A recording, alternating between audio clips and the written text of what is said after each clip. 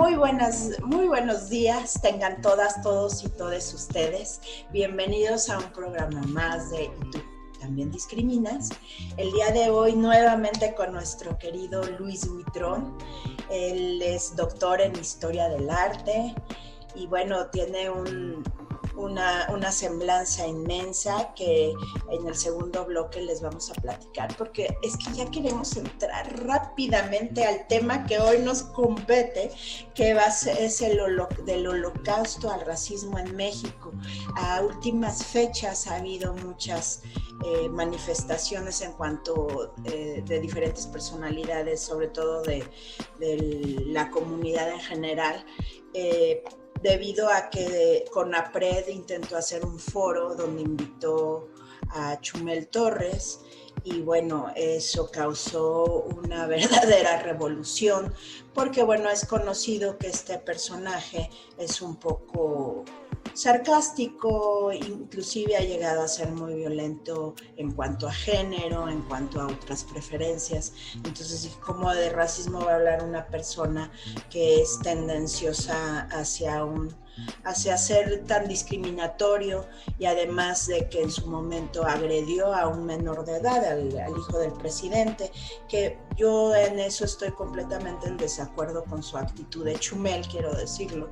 Porque una cosa es que tú pongas como periodista, como informador, como comunicador, que es el caso de él, tu tendencia política o tu postura política, lo cual está bien que no estés de acuerdo con algo, siempre hay que oír las voces disidentes para tener una mejor ideología, pero lo que no se vale es que arremetas contra un menor de edad, que no la debe ni la teme, ni es actor, ni es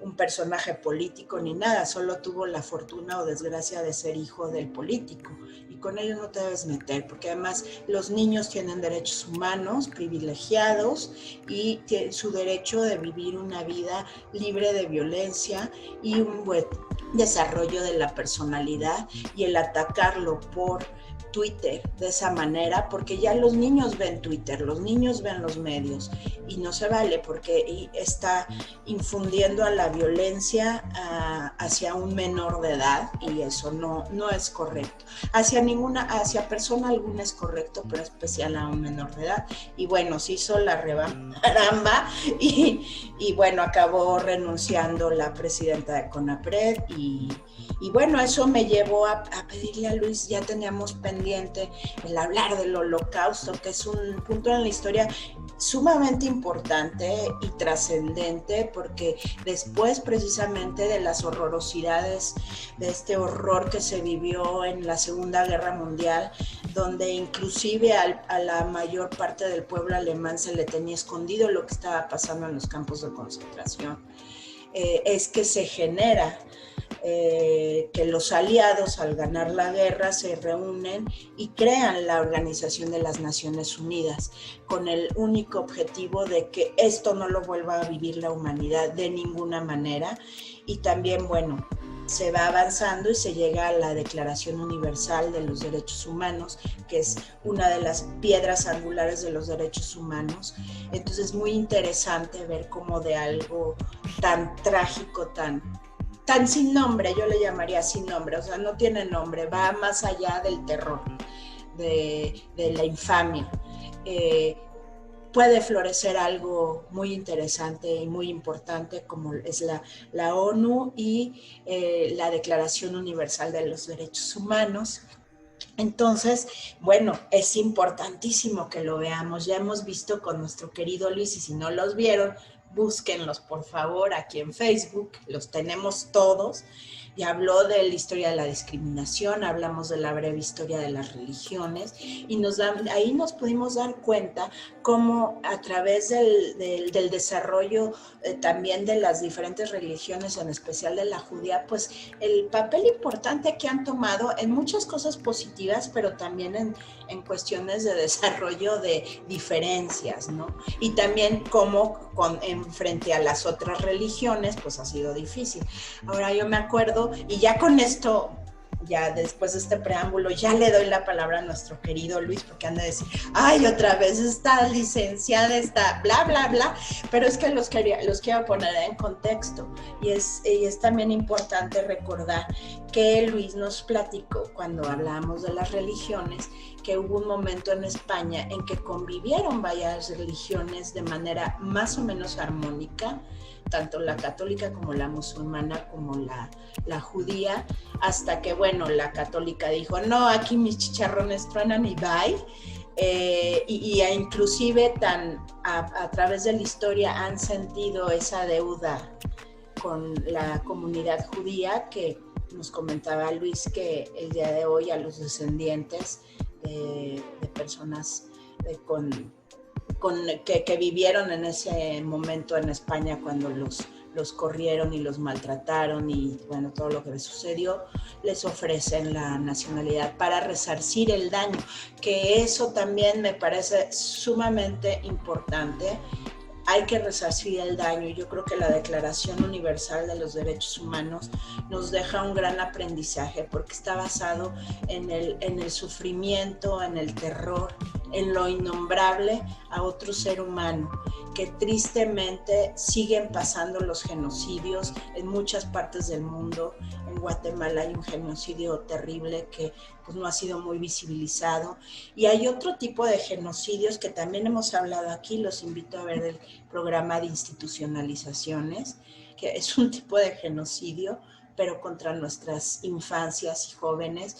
Pero bueno, ya sin más, aprendamos un poco de la historia, que siempre nuestro querido Luis nos las dice de manera muy agradable, que hasta se nos quedan las ideas, porque luego oímos muchos contenidos y se nos olvidan los 5 minutos, pero no, Luis logra dejárnoslas hasta el tuétano para que aprendamos de ella y no volvamos a cometer los mismos errores. Entonces, ahora sí, todo tuyo, mi querido Luis.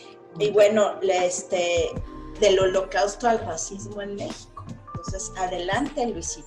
Hombre, muchas gracias. No, creo que la maravillosa introducción que acabas de hacer está muy puntual, muy buena, porque algo que nos va a recordar el holocausto como sociedad humana, ya no hablemos de una sociedad de algún país en específico, ¿no? Sino algo que nos va a dejar el holocausto como sociedad humana contemporánea, moderna, es tener la conciencia de que esto no se vuelva a repetir.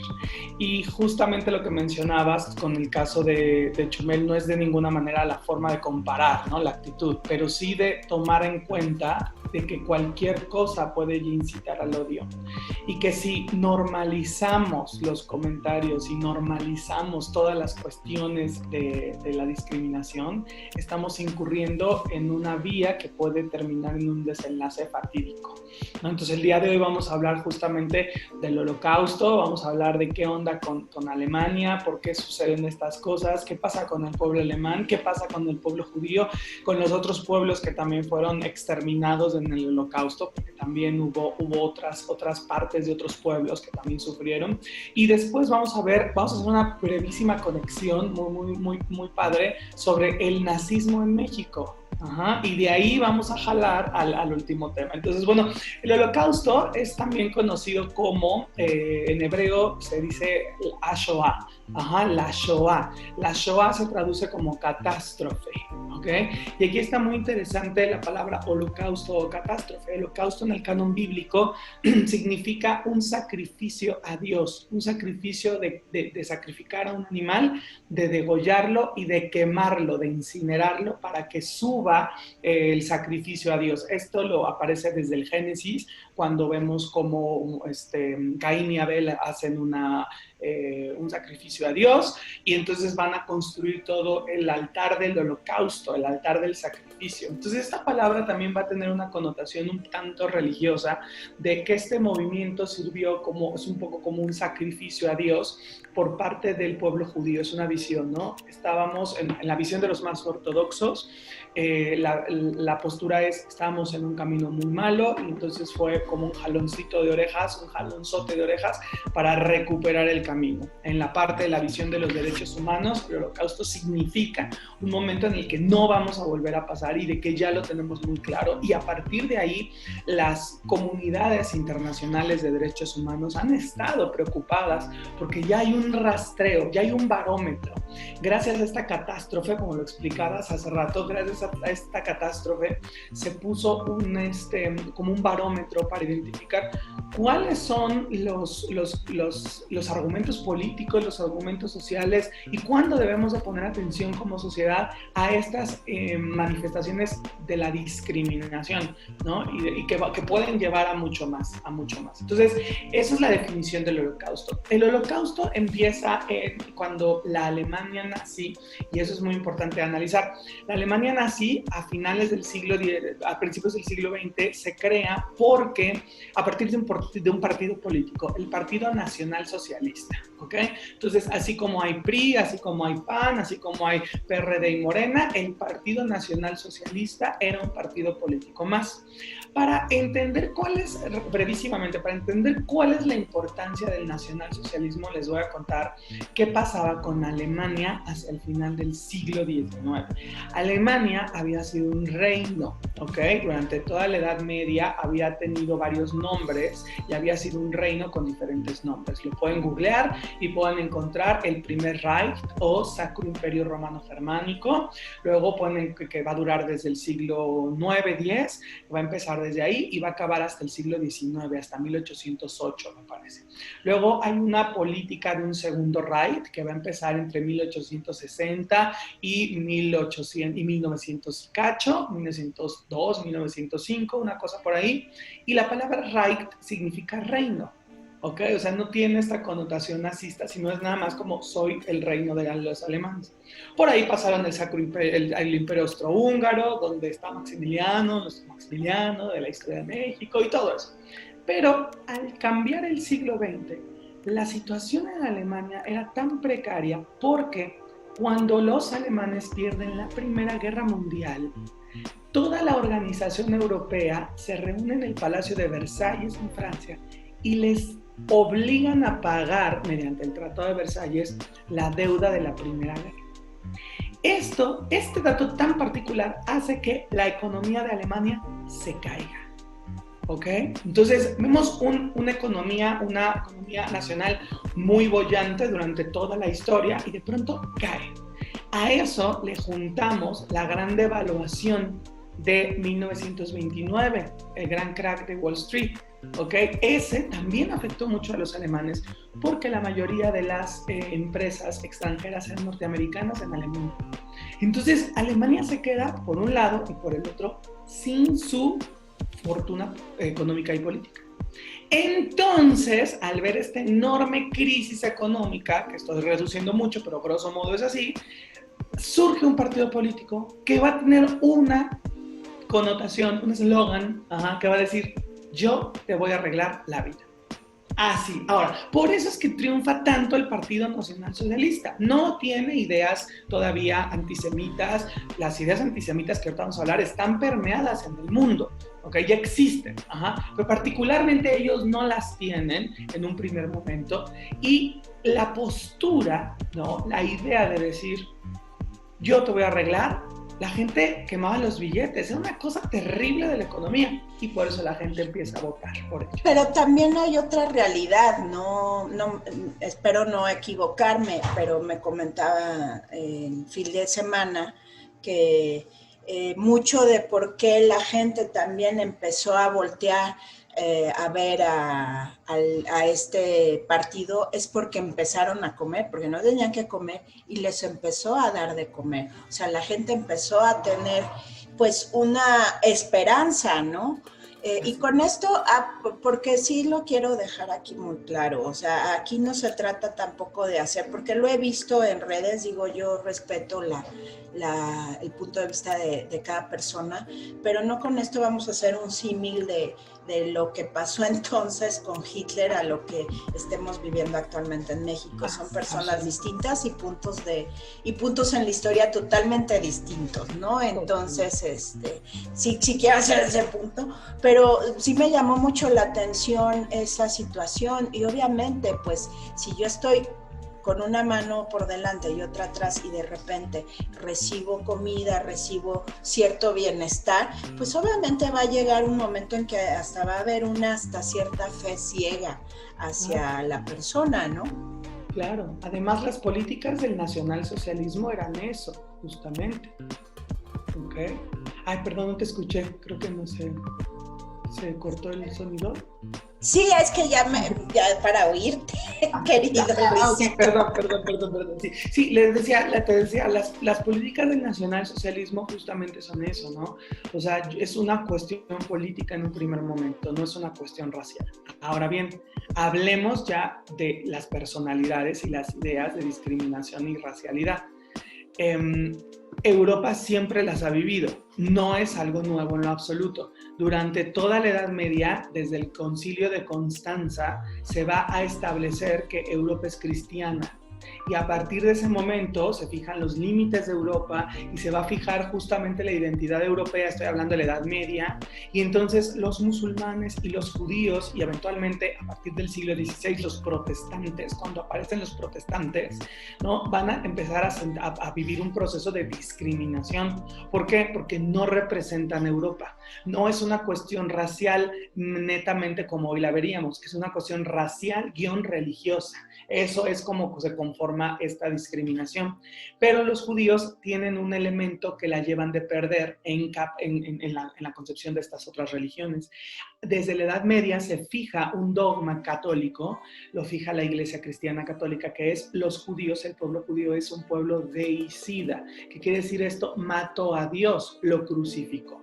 Cuando uno lee los evangelios, hay dos posturas en los evangelios del Nuevo Testamento, que el pueblo romano es quien mata a Jesús y otra postura es quien el pueblo judío mata a Jesús. Esto obviamente es una concepción histórica a posteriori porque, como lo vimos en lo de las religiones, los evangelios aparecen años después de Jesús. O sea, la gente que escribió los evangelios no estaba con Jesús, sino recibe la historia oral y ellos lo bajan. Y van de verdad en cuestión de hasta llegar a un siglo de diferencia. Esa gente que escribe los evangelios no ve lo que sucede en el momento, se lo cuentan de generación en generación y luego lo escribe y empieza esta idea de los judíos mataron a Jesús. A partir de ahí, durante toda la Edad Media comienza un proceso de antijudaísmo. No antisemitismo, no se le llama antisemitismo en la Edad Media porque el antisemitismo se refiere a los pueblos semitas y los pueblos semitas también pueden ser los musulmanes, sino específicamente se refería al antijudaísmo de estos mataron a Jesús y además, y ahí sale la lista, envenenan los pozos, tienen lepra, se roban a los niños, roban hostias y las pican hasta que sangren. Todos estos elementos medievales estaban muy permeados en la sociedad europea hasta la época de Hitler, al grado de que desde la Edad Media a la población judía se le obliga a traer distintivos en la ropa.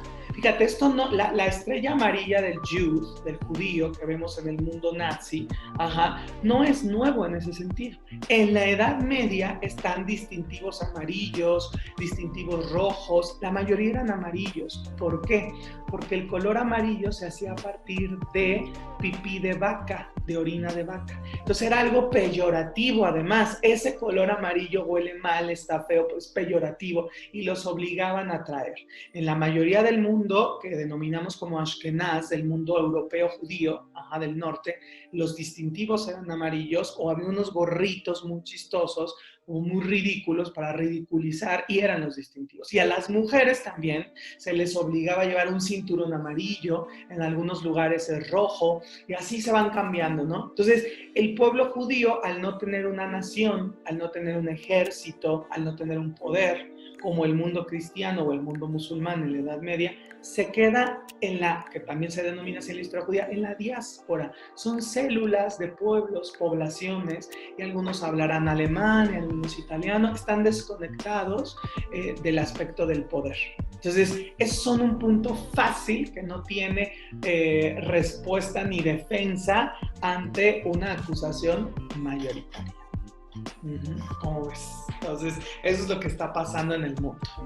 ¿Qué qué interesante, pero además qué fuerte. O sea, finalmente, como lo vimos en la breve historia de las religiones y en la historia de la discriminación, todo viene desde las diferentes creencias y del no poder ver la creencia de enfrente como una creencia simplemente distinta, y no podemos coexistir porque la mía es la buena y no hay de otra, y cómo se va alimentando ese odio y sigue hasta nuestra fecha. De hecho, la violencia de género viene también desde esos tiempos, y ya lo platicamos aquí también cuando hablamos de las diferentes mujeres a través de la historia, que también no se pueden perder. Hemos tenido fantásticos documentos con Luis, sí, aquí, fantástico, porque además nos ayuda el saber nuestra historia también, aparte de no cometer los mismos errores o hacer lo posible por no hacerlo,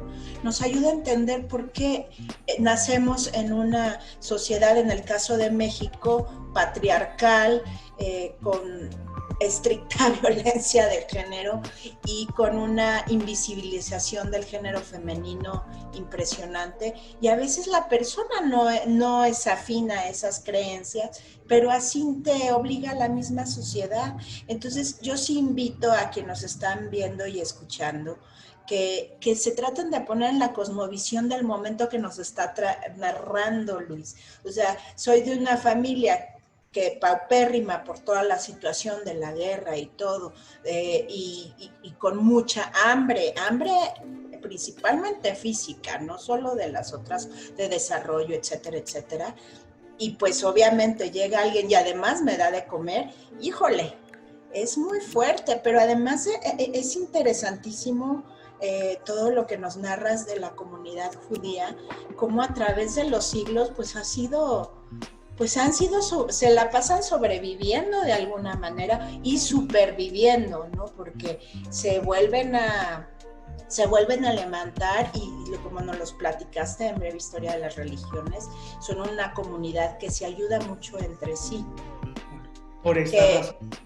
Sí, que de hecho ahorita que platicabas todo esto me acordé de Hannah Arendt, claro, que hizo la banalización del mal a raíz del juicio en Israel postguerra de uno de los que firmaba para que pasaran a ser pues masacrado, no sé cómo llamarle a ese acto, y ella fue la reportera, la cronista por parte del New York Times, y las conclusiones a las que llega fueron en su momento, sumamente críticas por todas las partes, porque también hablaba, entre otras cosas, que había habido responsabilidad también de las personas de Israel, de la comunidad, que no habían ayudado a sacar a personas de estas situaciones, que se habían volteado para el otro lado. Entonces, y el que firmaba pues estaba haciendo su trabajo y estaba cuidando su vida. Entonces, ¿hasta dónde llega la responsabilidad únicamente de una de las partes? Es muy interesante, lean el libro o vean, por lo menos los invito, en YouTube está la película de Hannah Arendt, y ahí explica tú, una gran filósofa de la escuela de Frankfurt.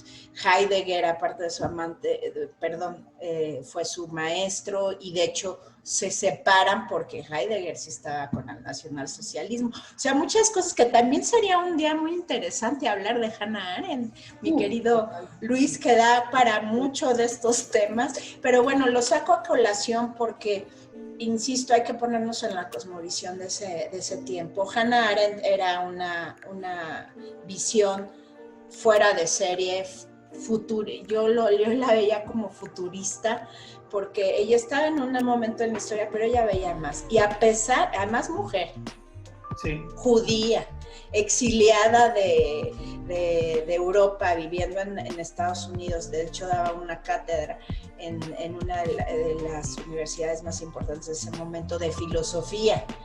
Y por ese artículo le quitaron la cátedra.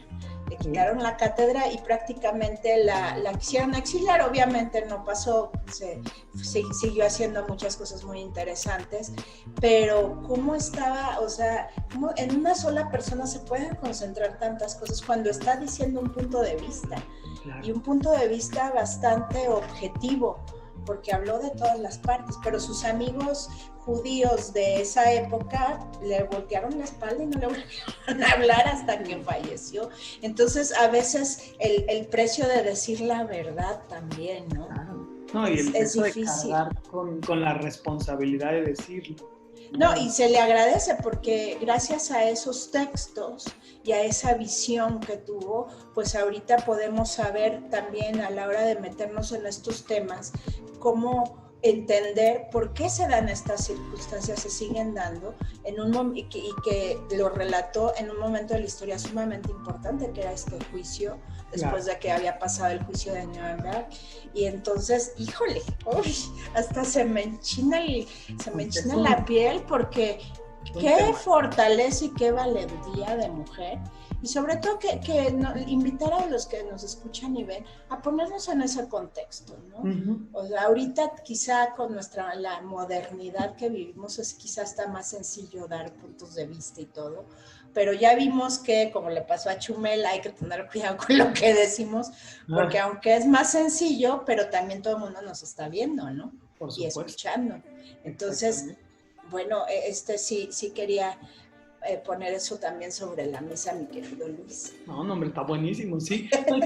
Sobre esta parte de Hannah Arendt, ¿cómo llegamos a esta Hannah Arendt? O sea, ¿cómo llegamos a la idea de que exista un odio por el pueblo judío, un odio generalizado, ya no medieval, sino ya del siglo XIX? Bueno, todo eso es un fenómeno aparte, es un fenómeno que se llama el antisemitismo, que ya es específicamente general hacia la población semítica, las diferentes ramas semíticas, que fíjate es muy triste porque surge de la ignorancia y se ha mantenido hasta la fecha. Y me refiero específicamente a una publicación del siglo XIX, finales del siglo XIX, que va a hacer gran parte de este daño, que se llama Los Protocolos de los Sabios de Sion. En ese libro, que por desgracia todavía se está editando y se vende en las librerías, en todas las librerías lo encuentras, ¿no? Es un libro en el que habla de que los judíos están controlando el orden mundial, el orden económico mundial, ¿no? Y empiezan estas teorías conspirativas a finales del siglo XIX. Hoy son los reptilianos, pero en ese momento eran los judíos. Y entonces es justamente esa parte, es un libro en el que te dicen, ellos controlan todo, y entonces ellos son los que, y puntos suspensivos, así, la lista de las cosas que hacen. ¿Por qué? Hay varias familias muy ricas y poderosas de origen judío, como la familia Rothschild o la familia Guggenheim. Y ellas, al ser tan ricas y poderosas, pues sí, dominan el orden económico junto con las otras veintitantas familias que no son judías y que son católicas o son protestantes. Pero la idea de encontrar un chivo expiatorio y ponerle la idea, esa cara de ellos no son europeos porque no son cristianos, volvemos a la raigambre medieval. Entonces se utiliza al pueblo judío para que ellos sean los que paguen los platos rotos. Y la mala política o la discriminación corre a diferentes niveles. Un nivel de la población en donde los judíos, que son la gran mayoría, que no son ricos, no son millonarios, no controlan nada más que su casa, ¿ok? Y ellos son panaderos, zapateros y demás. A ellos empieza una discriminación generalizada y a nivel muy alto, donde están familias como los Rothschild, como los Guggenheim, como los Bloch-Bauer, que también es un caso muy interesante porque la señora del Bloch-Bauer está ligada al pintor Gustav Klimt, uno de los pintores más importantes de las vanguardias, de las vanguardias artísticas del siglo XX. Entonces, estas tres familias empiezan a ser atacadas, y empiezan a ser confiscados sus bienes. Entonces, lo que busca el gobierno alemán es jugar esta doble partida y se empieza a hablar lo que en alemán se pronuncia como Endlösung, que es la cuestión judía. ¿Qué vamos a hacer con los judíos que viven aquí? ¿Ok? Y empieza... ¡Qué barbaridad! la unión, el inicio de la política antisemita. Wow. Entonces, con todo lo que nos narras es claro, pues si tengo un enemigo, le tengo envidia a alguien, pues me voy por el eslabón más delgado o más débil, que en este caso eran estas familias, ¿no? Entonces las empiezo a atacar, porque el chiste es hacer jaque mate, ¿no? Muy maquiavélicamente, ¿no? Ay, qué duro, pero bueno, nos tenemos que ir a nuestro primer corte, pero regresamos hablando de este interesantísimo tema. Con nuestro querido doctor Luis Huitrón. Entonces no se despeguen, en breve estamos aquí con todas, todos y todas ustedes en YouTube. También discriminas. Muchas gracias.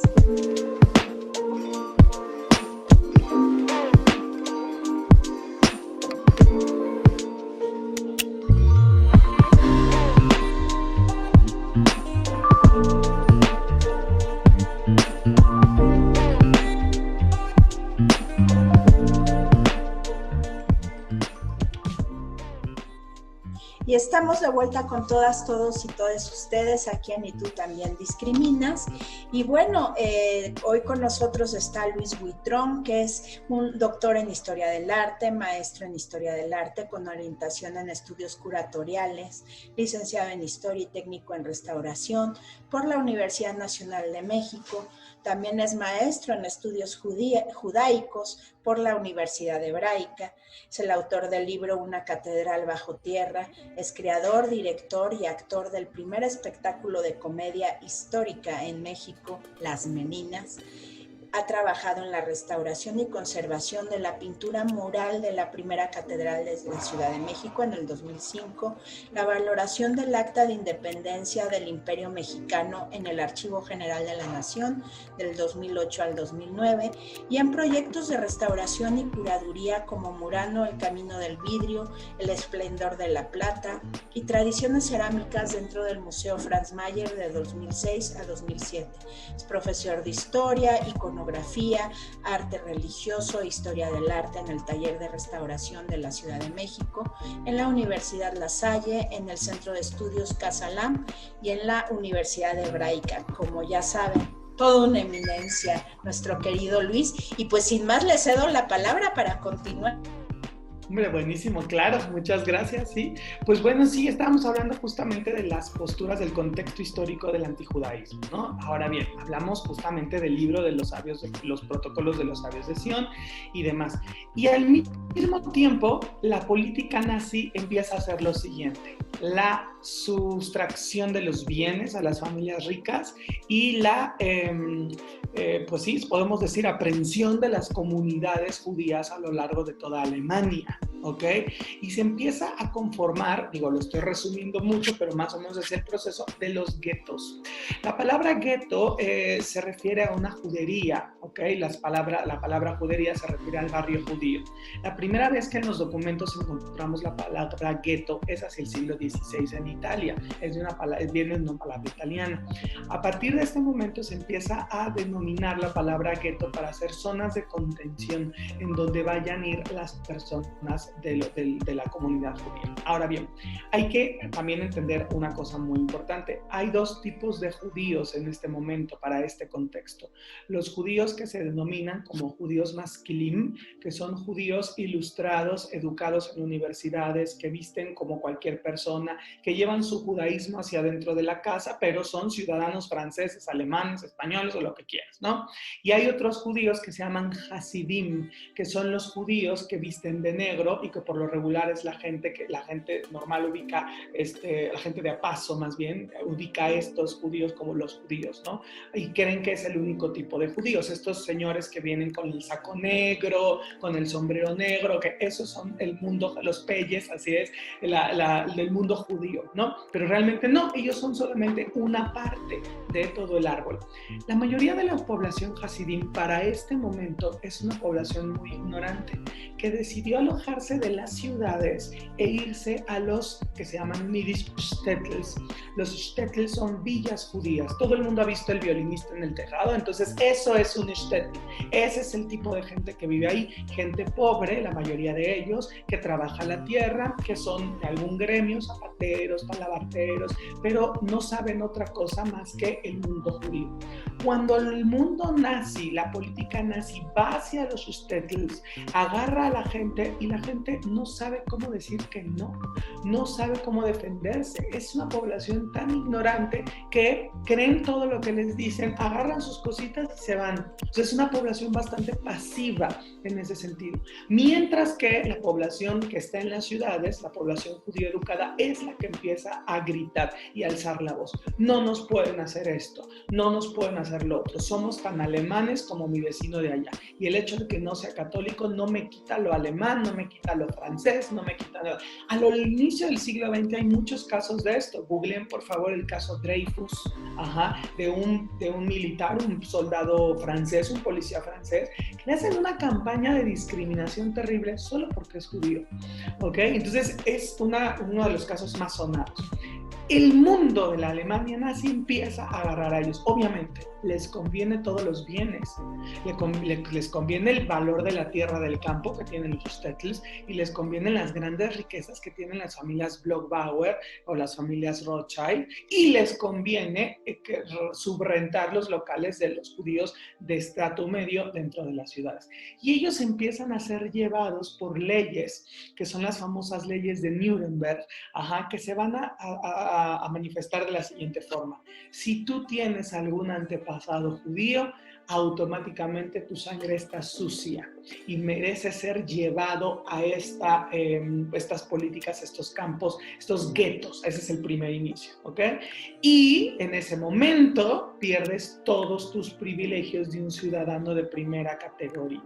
Entonces empiezan a llevar a la gente hacia los guetos y los guetos son estas partes de la ciudad amuralladas, controladas, enrejadas, en donde va a vivir la población judía y de pronto empieza a ser tanta la cantidad de población judía que están llevando a los guetos que una de las cuestiones que va a hacer justamente Eichmann, Adolf Eichmann, que es que comentabas que va a enjuiciar después Hannah Arendt. Eichmann, al lado de otros miembros del mundo nazi, de las cabezas del mundo nazi, ellos empiezan a decir, vamos a terminar con el problema judío, así le llaman ellos. Y entonces tenemos tantos judíos en los guetos, ahí apelmazados, ahí encerrados, hacinados, esa sería la palabra, que todos ellos vamos a seleccionar quién nos sirve para trabajos forzados y quién no. A los que no, los dejamos aquí y a los que sí, nos los llevamos. Y entonces Eichmann es la cabeza que va a organizar esto. Y llegamos a un punto muy importante.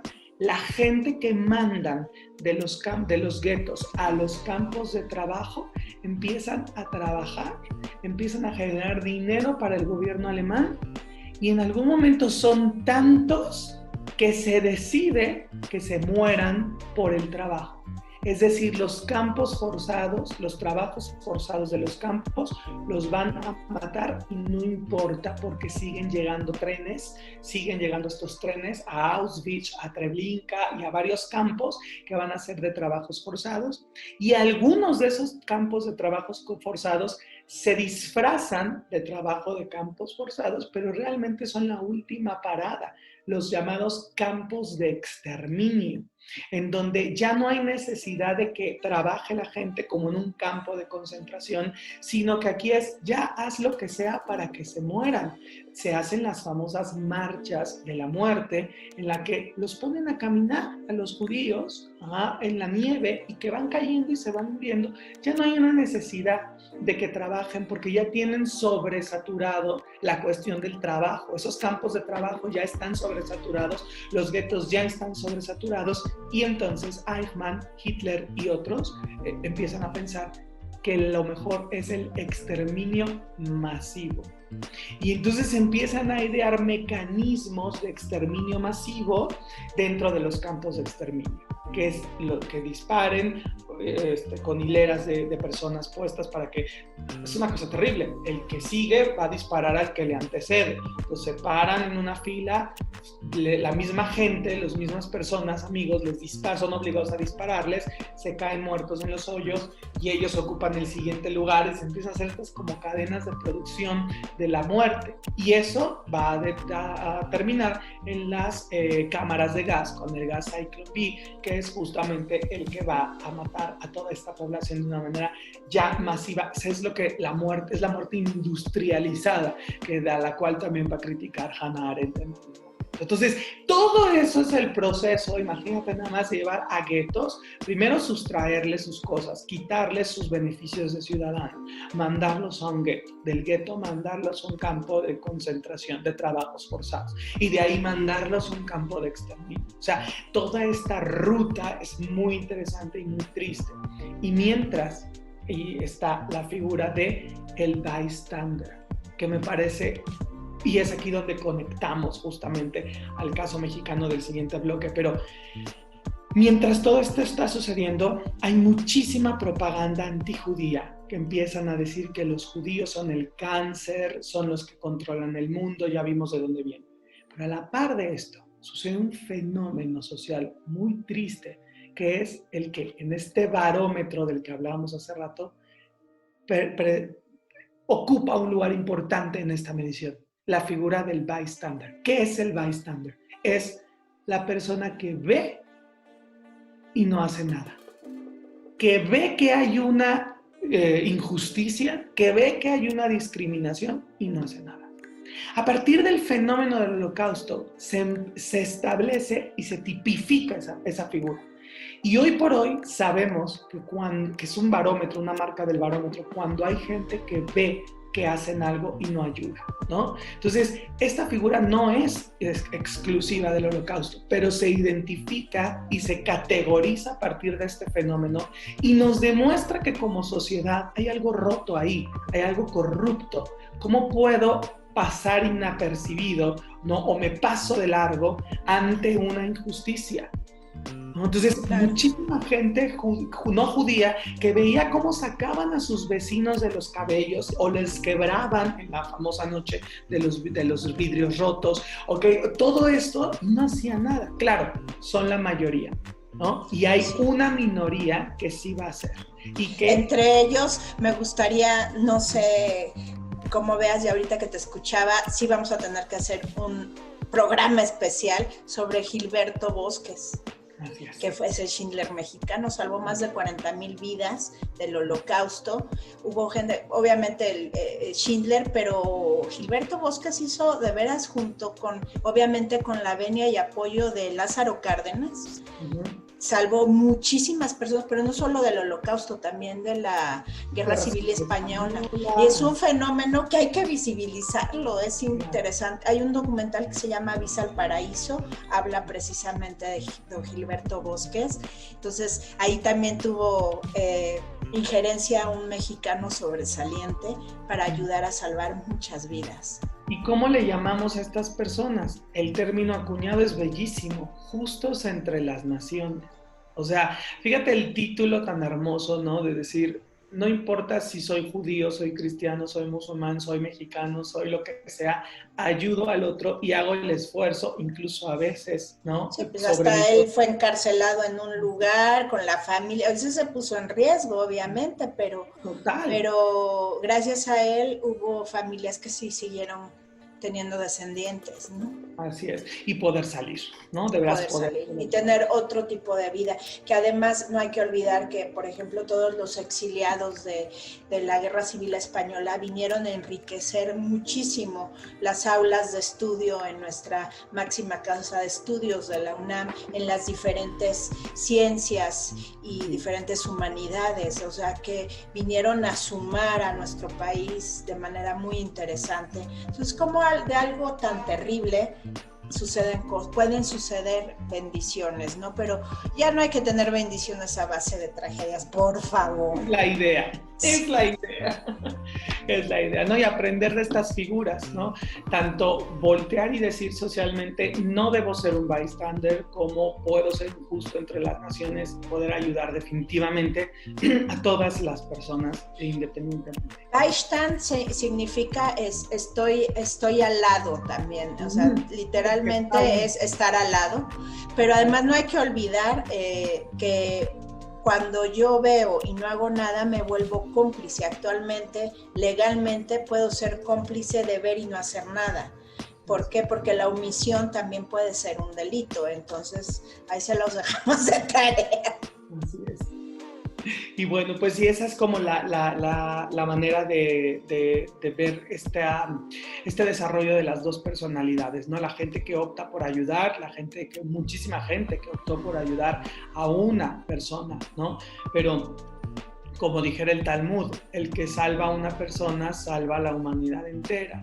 O sea, no es necesario salvar a 20,000, si lo puedes hacer, qué increíble, ¿no? Pero si puedes salvar a uno, una vida, con una vida ya cambiaste el universo, ya cambiaste el desarrollo de la historia, ¿no? Entonces, esa va a ser la figura del bystander en comparación a la figura del que ayuda.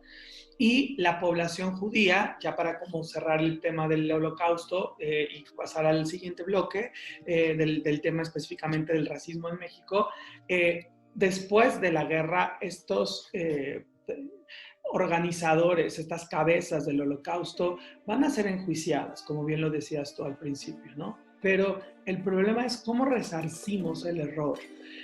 Cuando se hace la contabilización del Holocausto, nos damos cuenta que no solo son los 6 millones de judíos, sino que además son millones de gitanos y muchísima otra población alemana que era o protestante o también que era homosexual. Entonces, personas con discapacidad también. Personas con discapacidades físicas o mentales, ¿no? De cualquier, tipo. Entonces empieza toda esta problemática y nos hace ver que no es todas estas ideas de es el pueblo judío al que hay que exterminar porque ellos son el cáncer de Europa. Esta propaganda no es cierta. Exterminan a todo el que no sea parte de lo que ellos consideran el régimen. Y por desgracia, y esto lo ligo a una discusión contemporánea, las mayorías no existen socialmente hablando. Todos somos minoría. Todos pertenecemos a una minoría. Entonces, todos nos podemos asumir o ver afectados por un discurso discriminatorio. Porque si no eres gay, eres mujer, si no eres mujer, eres indígena, si no eres indígena, eres clase media o eres clase baja, o si no eres homosexual, o si no eres de otra religión, o si no o tienes alguna discapacidad, que cualquiera podemos caer en una discapacidad en cualquier momento. Exactamente, por supuesto, o simplemente tú eres del Poli y yo soy de la UNAM. O sea, el hecho de polarizar es absurdo, porque todos terminamos perdiendo. Y como sociedad no nos hemos dado cuenta. Cuando uno ve los discursos de odio de un Hitler o de un Mussolini o de un Franco en este contexto, o otros discursos de odio más contemporáneos que no entran en ese contexto, pero sí en un contexto contemporáneo, como los discursos de odio de un Bolsonaro o de un Trump, ¿ok? Uno voltea a verlos y no se están dando cuenta que todos somos minorías, todos pertenecemos a una minoría y todos vamos a salir perdiendo. Entonces, esos discursos son importantes porque son la primera parte del barómetro, ¿ok? Esta islamofobia que se está viviendo ahorita en Europa y en Estados Unidos, ¿no? La homofobia, ¿sí? Y otras fobias sociales. Entonces, aguas con eso porque el Holocausto, por desgracia, no hay manera de resarcirlo, ¿no? Dentro de la comunidad judía hay ciclos, conferencias, días de conmemoración, ¿no? Días de respeto a los caídos, a las víctimas del Holocausto.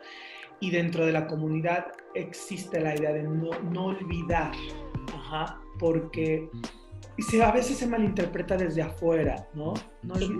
Es que sufre mucho. No, o sea, no va por ahí. Es una herida al pueblo judío, pero al mismo tiempo es una herida a la humanidad. Exactamente. fue el pueblo judío, pero después fue el pueblo de los tutsis, y luego fue el pueblo armenio, y luego fue el pueblo guatemalteco. Los indígenas guatemaltecos. Y siguen, y bueno, y ni hablar de lo que vivimos aquí con el crimen organizado y todos los que nos han arrebatado, a todos y todas las que nos han arrebatado. Pero más que el crimen organizado, es también esta ideología, ¿no? De no aprender de nuestro pasado y hacerlo mejor. Porque ahora también debe de haber, bueno, de hecho Gilberto Bosques, luego vino Gilberto Rincón Gallardo, o sea, hay varios Gilbertos interesantes en la historia, y hay seguramente muchos Gilbertos, muchas personas que han buscado el bien de la humanidad, pero las diferentes minorías, que como bien lo has dicho muy atinadamente, somos todas y todos, como que luego nos hemos ido a nuestra burbuja de que nosotros y los demás, ¿no? Y la otredad la vemos como con desdén. También si tenemos la fortuna de tener cierto nivel socioeconómico y cultural, y lo digo muy entre paréntesis, porque si realmente fueras algo culto, o que supieras de la historia, no repetirías esos mismos errores haciendo menos al que es diferente, al que no conozco y no sabes qué te puede dar, qué pueden intercambiar de opiniones, conocimientos, todos nuestros pueblos originarios, caray, o sea, es increíble que mejor venga el extranjero y valore todo lo que hacen, toda su sabiduría a través de los tiempos, que nosotros que los tenemos aquí y que somos connacionales, perdón. Todo lo que pasa con los migrantes es que ya nos vienen a robar, a quitar dinero. No, señores, ellos quieren ir a Estados Unidos para tener una vida mejor, porque no tienen un hogar. Fíjate que eso que dices es tremendo. Es muy interesante porque se nos olvida. O sea, yo vengo de una familia de migrantes, ¿no? Como todo el mundo, porque todo el mundo somos migrantes, venimos de otro lado y nos asentamos en otro lado. O sea, todos tenemos la cualidad de la migración, ¿no? Claro. Y en algún momento esta tía publicaba en Facebook que regresen a los migrantes, a los salvadoreños que nos están quitando el todo. Y yo sí le contesté, o sea, ¿cómo es posible? ¿Ya te olvidaste de dónde vienen tus abuelos? O sea, ¿ya te olvidaste que tú eres producto de la migración y ahora tienes la fortuna de estar parada del otro lado? Del lado de la que tiene casa y de la que tiene un privilegio. Y que no ha podido dejar de comer. Exactamente, pero no ha tenido más. Cuando nuestros antepasados echaron sus ropas y se vinieron con una maleta casi vacía, ¿o qué? O sea, también es muy fácil que... Pero ¿por qué nos pasará eso? A ver si luego invitamos también a algún filósofo. ¿Qué nos pasa? ¿Por qué esa... o sea, yo veo esas cosas... cuando fui al Museo de la Tolerancia, podía subir al vagón. A mí eso ya me parece morboso, ya con verlo es más que suficiente saber lo que pasó ahí, un vagón de donde se llevan a las personas a Auschwitz. Yo sé que tiene que ser de esa manera impactante para que realmente pueda hacer un cambio interno. Pero ¿por qué si hemos tenido tantas muestras de genocidio, y bueno, lo que estamos viviendo actualmente en México con los feminicidios, transfeminicidios, que al final son feminicidios, pero este odio también a la comunidad trans? Hablabas de homofobia, pero ¿qué tal la transfobia? Y bueno, y también la bisfobia, ¿no? Y las terapias de reconversión, que afortunadamente recientemente, por fin, después de años de lucha, ya hay una ley en la Ciudad de México, vaya, al respecto, porque a nivel federal no la han dejado pasar. Entonces, o sea, ¿cómo es posible? Nos decimos, ay, esos alemanes tan terribles, pero además son los alemanes de los 40 y no todos los alemanes. Claro. Porque si volteamos a ver ahorita qué está pasando en la comunidad europea, digo, tampoco es de hacerles, hacer ídolos de barro, ¿no? Pero yo creo que el pueblo alemán sí aprendió de lo que vivió. Porque ¿quiénes están ayudando más a los sirios y a los refugiados? El pueblo alemán, nada más que les está sobrepasando la capacidad de poder ayudarlos, y en cambio los demás países les dan la espalda. Y y Alemania ha ayudado a crecer con la comunidad europea a muchos países como España, como Grecia, con las deudas terribles que tienen. Entonces, yo sí veo que afortunadamente sí hubo un aprendizaje muy profundo en el pueblo alemán de no volver a cometer los mismos errores. Y siempre, aunque sí han participado en algunas situaciones de guerra, pero no son así como los ingleses, luego vámonos, y sí, o más bien, los estadounidenses ni se diga. Y hablo de estadounidenses de la rama del poder, no son todos. Hemos visto claramente como la mayoría no estaba a favor de Trump, pero su sistema de elecciones le dio la ganancia, ¿no? Entonces no volver a caer en esos en estereotipar, ¿no? Tú eres así, no. Entonces, ¿por qué el ser humano puede soportar que lastimen a otro ser humano, aunque no sea de tu familia? Yo creo que también en parte los medios de comunicación, no los hago totalmente responsables, pero este ánimo del rating, de ganar adeptos, ha ido normalizando sobre todo imágenes en nuestro país, diario que el descabezado, no sé qué, con que nos los digas es más que suficientemente terrorífico, no me lo necesitas enseñar, o cómo sale volando una persona porque sufrió un accidente, o sea, como que hemos perdido nuestra humanidad y la seguimos perdiendo. Sí. Sí, vista desde el lado de que un ser humano se preocupe por otro ser humano, o estamos creando una nueva humanidad, no lo sé, pero qué terrible no aprender de nuestro pasado y como dices, no todos finalmente somos parte de un grupo minoritario de una u otra forma, ¿no? Así es. Pues sí, no, definitivamente, ¿no? Y no ser bystanders, sino, o sea, creo que la conclusión... No ser omisos. Si estoy viendo algo, pues por lo menos llamo al 911 y hay denuncias anónimas. Si estoy oyendo que al lado está gritando una mujer, que sí es cierto, o sea, la parte de violencia doméstica es mucho más compleja, porque dicen, ay, hablo y parece que le gusta porque ahí se quedó. No, señores. Hay veces que hay otras situaciones que obligan a la víctima, en este caso a la mujer, a no poderse salir de ese círculo vicioso y de maltrato tan fácilmente. Pero si yo estoy oyendo gritos, que llegue la patrulla y que vea qué está pasando, caray. No, para que ya no haya más de Ingrids. La gente escuchó que estaba gritando, le estaban matando y nadie hizo nada. Y eso son cosas que, bueno, yo no podría dormir tranquila si yo veo que maltratan a un animal, o sea, veo que hago cómo lo podemos ayudar, pues a un ser humano, no que sea que con más razón, pero con razón, hay que también ver, bueno, que tal vez no me voy a meter porque pues no soy ni karateca, ni policía, ni pero mucho menos, pero mínimo un 911, oiga, está pasando esto, ¿no? O gritas, ¿no? O sea, hay muchas formas, hay muchísimas formas. Debemos de quitarnos esa pasividad porque estamos contribuyendo a que nuestros niños, niñas, jóvenes y adolescentes tengan un mundo espantoso. Nosotros claro, como quiera ya al rato vamos a salir, ¿no? Pero los que vienen no estamos pensando en nuestros niños, niñas, jóvenes y adolescentes y eso es terrible. Sí, así es. Sí, definitivamente. Y además estamos fomentando el odio. Yo insisto, yo soy apartidaria, yo no pertenezco a una ideología política específica. Yo creo en el humano, en el verdadero ser humano.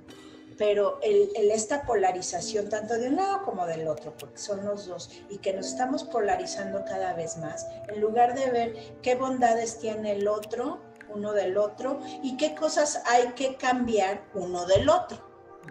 Porque todos tenemos errores y aciertos, pero no hay absolutos. Y además este odio desbordado, que bueno, Trump inspira ese odio desbordado, pero también, bueno, está mal el señor, no lo va a seguir, pero empezar a también, ay, que se muera y, híjole, si estoy pensando bien lo que estoy diciendo.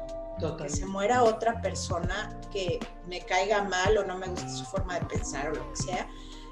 Está mal el señor, sí, pero de tanto como para desearles la muerte, o sea, ya estamos luego hablando como si fuera tan sencillo de que maten a otro. Eso me parece también súper trágico de nuestra sociedad moderna, que ahorita en la pandemia se ha incrementado muchísimo.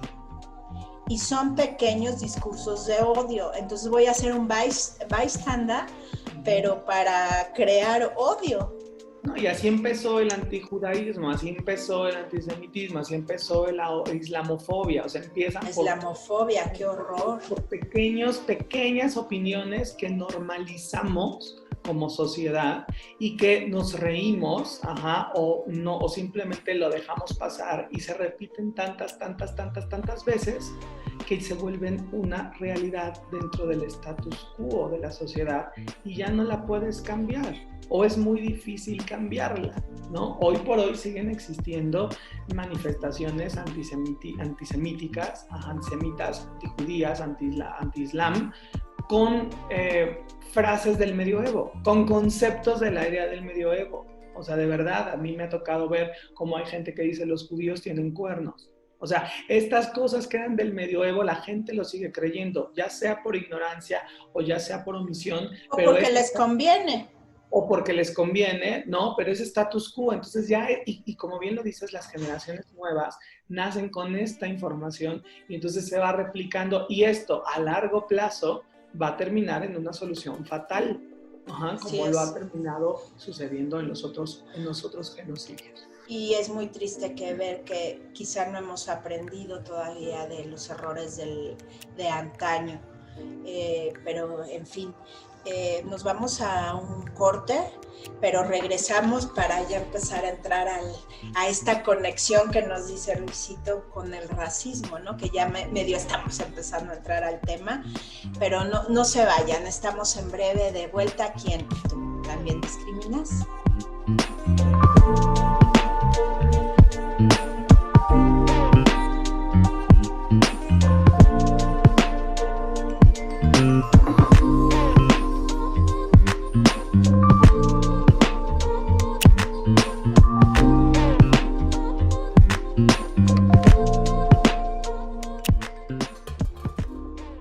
Estamos de vuelta con todas, todos y todas ustedes. Y bueno, ya Luis nos empezó a introducir, nos explicó toda esta parte del genocidio, sumamente interesante, pero muy atroz. Es algo que duele. A mí me cuesta mucho trabajo entender cómo una persona puede llegar a despersonalizar a otro ser humano a ese grado de verlo como cosa, como el juicio de Israel, ¿no? De Eichmann. Pues es que para mí eran números y qué hacía si era mi trabajo, ¿no? Entonces, que ahorita estamos viendo casos similares, ¿no? Pues es que era mi trabajo, ¿qué quieren que haga, no? Claro. Y además me tenían amenazado, que habría que probar que sí es cierto que me tenían amenazado, ¿no? Pero bueno, entonces nos ibas a empezar a hacer este nexo que ya más o menos empezamos a platicar de cómo del Holocausto podemos llegar al racismo en México. Así es. Bueno, el racismo en México es otra situación, pero no porque tenga otro origen de discriminación quiere decir que sea menos o más, ¿no? O sea, definitivamente. O sea, creo que hay que ser críticos en ese sentido. El racismo en México es un fenómeno desde la época colonial. ¿Ok? Incluso también desde la época prehispánica, a partir del poder y de la connotación de la tierra y el tributo, se mantuvieron a todas las poblaciones indígenas bajo el yugo de los mexicas en algún momento, claro, no magnitud comparada, son otros contextos históricos, pero cuando se introduce el esquema virreinal, la discriminación va a ser muy interesante porque ahora la discriminación va a partir de una escala de color de la piel. A partir del sistema de castas, el color de nuestra piel es el que determina a qué sistema de casta podemos pertenecer, entre otras cosas.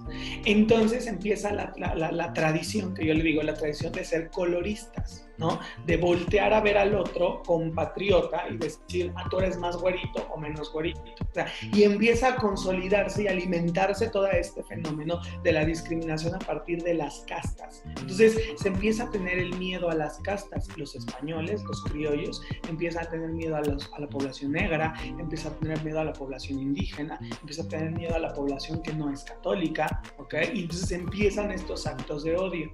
Sabemos de la Inquisición, cómo la Inquisición en algún momento va a arremeter en sus primeros años contra la población indígena y después se va a centrar a lo largo de los 3 siglos del virreinato a buscar población que tenga otras cualidades, que no sea blanca, cristiana, y que viva en un estatus elevado, sino se va a satanizar la figura de la mujer y se le van a dar títulos de bruja, ¿no? Rezandera, demoníaca y demás cosas, cuando realmente es un médico, ¿no? En ese sentido, no trabaja con la medicina, trabaja con la herbolaria. A toda la población judía, ¿no? Que viene a México escondida, también se le va a satanizar. A toda la población homosexual en México también se le va a satanizar. Entonces, es la iglesia, una vez más, volvemos como a esta crítica institucional, la que por medio de este discurso va a establecer, ayudado de las castas, ayudado del gobierno novohispano. Y cuando hay un gran cambio en esto, es gracias a la figura de José María Morelos y Pavón, porque él en los Sentimientos de la Nación va a poner por escrito las primeras ideas de igualdad, y los valores de la Revolución Francesa, que en este sentido son los primeros ideales de los derechos humanos en la historia moderna de la conformación de los derechos. Entonces es muy diferente la postura de un Morelos, que busca igualdad para todos. No importa si eres descendiente afroamericano, afromexicano, o si eres de población indígena. No importa, formas parte del todo. Claro, le faltan algunas cosas porque vamos de poquito en poquito, y al mismo tiempo donde estamos viendo una independencia y una igualdad, estamos viendo que instaura la religión católica como la única y la legal, y todos los que no sean religión católica seremos, ¿no?, ilegales, ¿no? Entonces, fíjate pero volvemos a lo mismo, todo es un proceso que va acompañado, y es ir rompiendo estas cadenas de la antigüedad medieval para empezar a avanzar hacia otro estadio. Y a finales del siglo XIX surge una cosa bien interesante que se llama nacionalismo, que es una política del gobierno de nosotros somos los mejores, los más padres, los increíbles, pero al mismo tiempo estamos relegando a un estado mucho más bajo todo lo que no entra en el programa nacionalista, y eso fue lo que pasó con el nazismo. ¿Cuál es empiezan los constructos de nación? El ideal del pueblo alemán tiene que ser la raza aria, así. Todo lo que no quepa en esa cajita no es alemán. Sí. En lo mexicano, el mexicano hay que ser así, asado. Todo lo que no entre dentro de esta cajita se relega a lo cultural, a lo Mexican curious. Hoy por hoy en el arte existe una gran discusión de ¿cómo defines que esto sea arte o artesanía? Fíjate nada más que fuerte, o sea, pero una artesanía sigue siendo una creación, sigue siendo una obra, puede ser de arte aplicado, de muchas otras cosas. Así es, pero no, el arte está en los museos y la artesanía está en las tiendas. No, también es arte. ¿Cuáles son tus criterios o por qué estamos entendiendo muchas veces, la palabra artesanía como peyorativa? Es que es hecho por la gente, entonces, ¿y el arte no es hecho por la gente o cómo? Entonces, nada más que interesante, en la nación mexicana, y el creador de todo esto es José Vasconcelos en el caso mexicano. Él es el que empieza a construir, decir, esto es artesanía, esto nos representa a los pueblos originarios. En algún momento viene una historia muy triste en la que es tratar de mantener a los pueblos originarios, a los pueblos indígenas, sumidos en la miseria, porque ellos van a representar la parte autóctona de México. Y esa parte autóctona es la que vende, porque es la creación del mismo cine de oro mexicano, en donde vamos a mostrar la figura del indígena como el inculto, el que es bueno, y lo va a decir Pedro Infante, en muchas de sus películas. Agradece que Dios te hizo pobre porque Dios te hizo bueno. ¡Ay, sí, qué horror! O sea, el discurso político es, ellos los indios ya son pobres, son buenos. Déjalos así, no los civilices. Y empieza esta polarización de la que hablabas en el bloque anterior. La otredad. No, espérate, es que todos somos parte de un consenso mexicano. No, Claro, todos votamos. por supuesto que no. Ellos son los que tienen que estar ahí porque si no, no hay turismo, porque si no, no hay programas, porque si no, no hay idea de avance, porque si no, no hay muchas cosas. Fíjate qué fuerte. No, y durísimo. desde ahí, década de los 30, se empieza esta polarización discriminatoria entre lo que hoy por hoy está muy de moda la palabra, que me da mucha risa, y los white Mexicans. ¿No? Y entonces son esta clase privilegiada, ¿no? Que va a vivir, no, pero no todos son como así. la casta divina, ¿no? La casta divina, y tú lo acabas de decir, es un sistema de castas, es un sistema estamental, tal cual. Entonces fíjate que una de las raigambres del nacionalismo, de la discriminación en México, es nuestro propio nacionalismo, históricamente hablando. Históricamente hablando. ¿Cómo ves? No, es tremendo, por eso tan importante por la idea de juntar estos dos, toda la concepción del racismo actualmente en México con el Holocausto, que de entrada dices, pues, ¿qué tiene que ver una cosa con otra? Están en Europa, ya pasó, ¿qué tenemos que ver? Pues estamos viendo que tenemos todo que ver. ¿Por qué? Porque esta ansia de poder, lo dijiste perfectamente, el poder es el que, si no lo sabes manejar, si no lo haces responsablemente, bien decía el tío del Hombre Araña, a gran poder, mayor responsabilidad, entonces, pero a todos se les olvida, nada más poder y se enferman de poder. Yo luego digo, cuando oigo estas corruptelas, por ejemplo ahorita de lo del caso Lozoya y los millones, yo digo, ¿y para qué querían tantos? O sea, de veras los hacía feliz, porque yo me voy al concepto personal, digo, pues sí, tener una casa bonita, un espacio agradable. Claro. O sea, pero eso no me da la felicidad me lo dan otro tipo de cosas, ¿no? Otras cosas de contacto humano. Entonces, tener tantos millones, yo veo que roban, y no de ahorita, desde hace 70 años, y todavía hay gente que dice, no, es que lo que está, bueno, ahorita es lo que hay, es para lo que nos alcanzó como pueblo. Es fuerte, pero es la realidad, está eso. No hay los milagros, pues hay que ir a las creencias de cada quien, no existe. No puedo decir que no existen, pero sí hay que tener cuidado, porque no hay, también crear estas imágenes mesiánicas de que va a llegar y va a resolver todo. No, bueno, se hace lo que se puede y con lo que hay. Que si lo hace bien o no, pues ya lo dictará la historia. Pero a mí sí me preocupa que es este odio desbordado. Ay, sí, que le dé el coronavirus. Qué triste que tú como ser humano le desees el mal a otra persona, aunque te caiga mal, ¿no? Exacto. En una clase de política hablamos justamente de eso. Y yo les decía a mis alumnos, si políticamente hablando no estás conforme con algo, analízalo, estúdialo, busca las fuentes, refútalo y demás.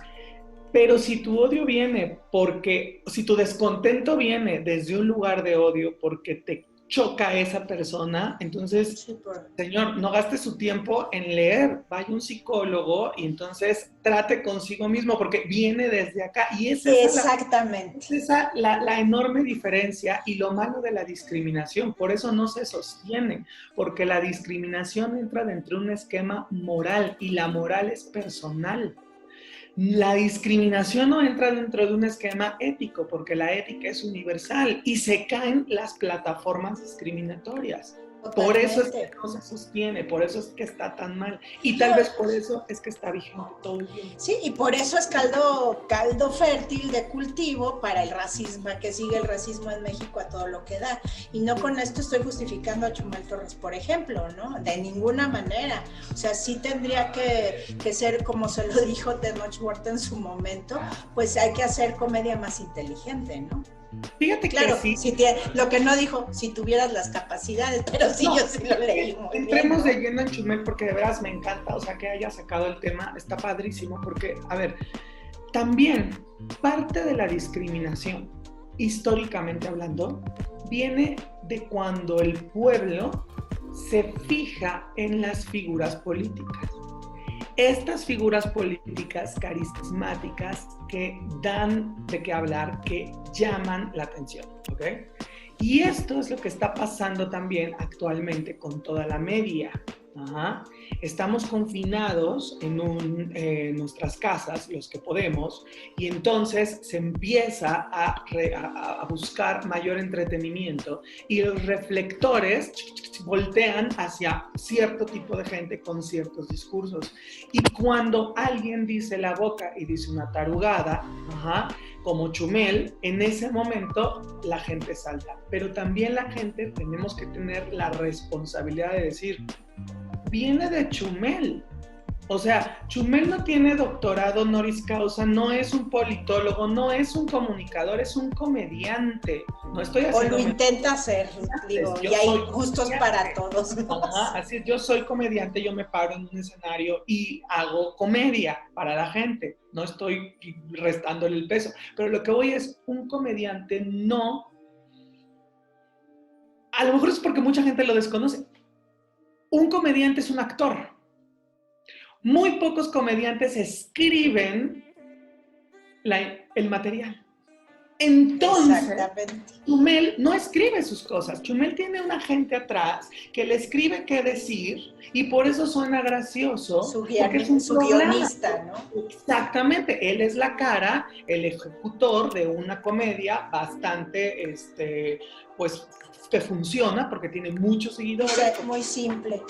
Para la gente, ¿no? Y entonces tiene su fama. Pero, ¿qué pasa cuando a un Chumel, sin el escrito de atrás, le das algo que decir?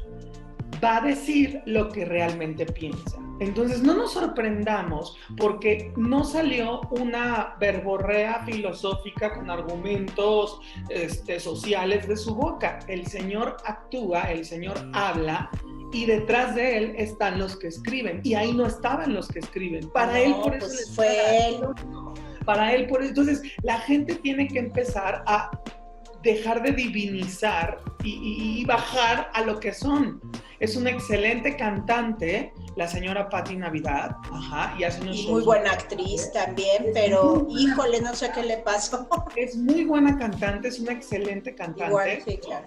No esperemos que diga algo de la medicina porque no es su campo. Y aquí la sociedad tiene que ser más responsable en decir, esa es su opinión, ¿ok?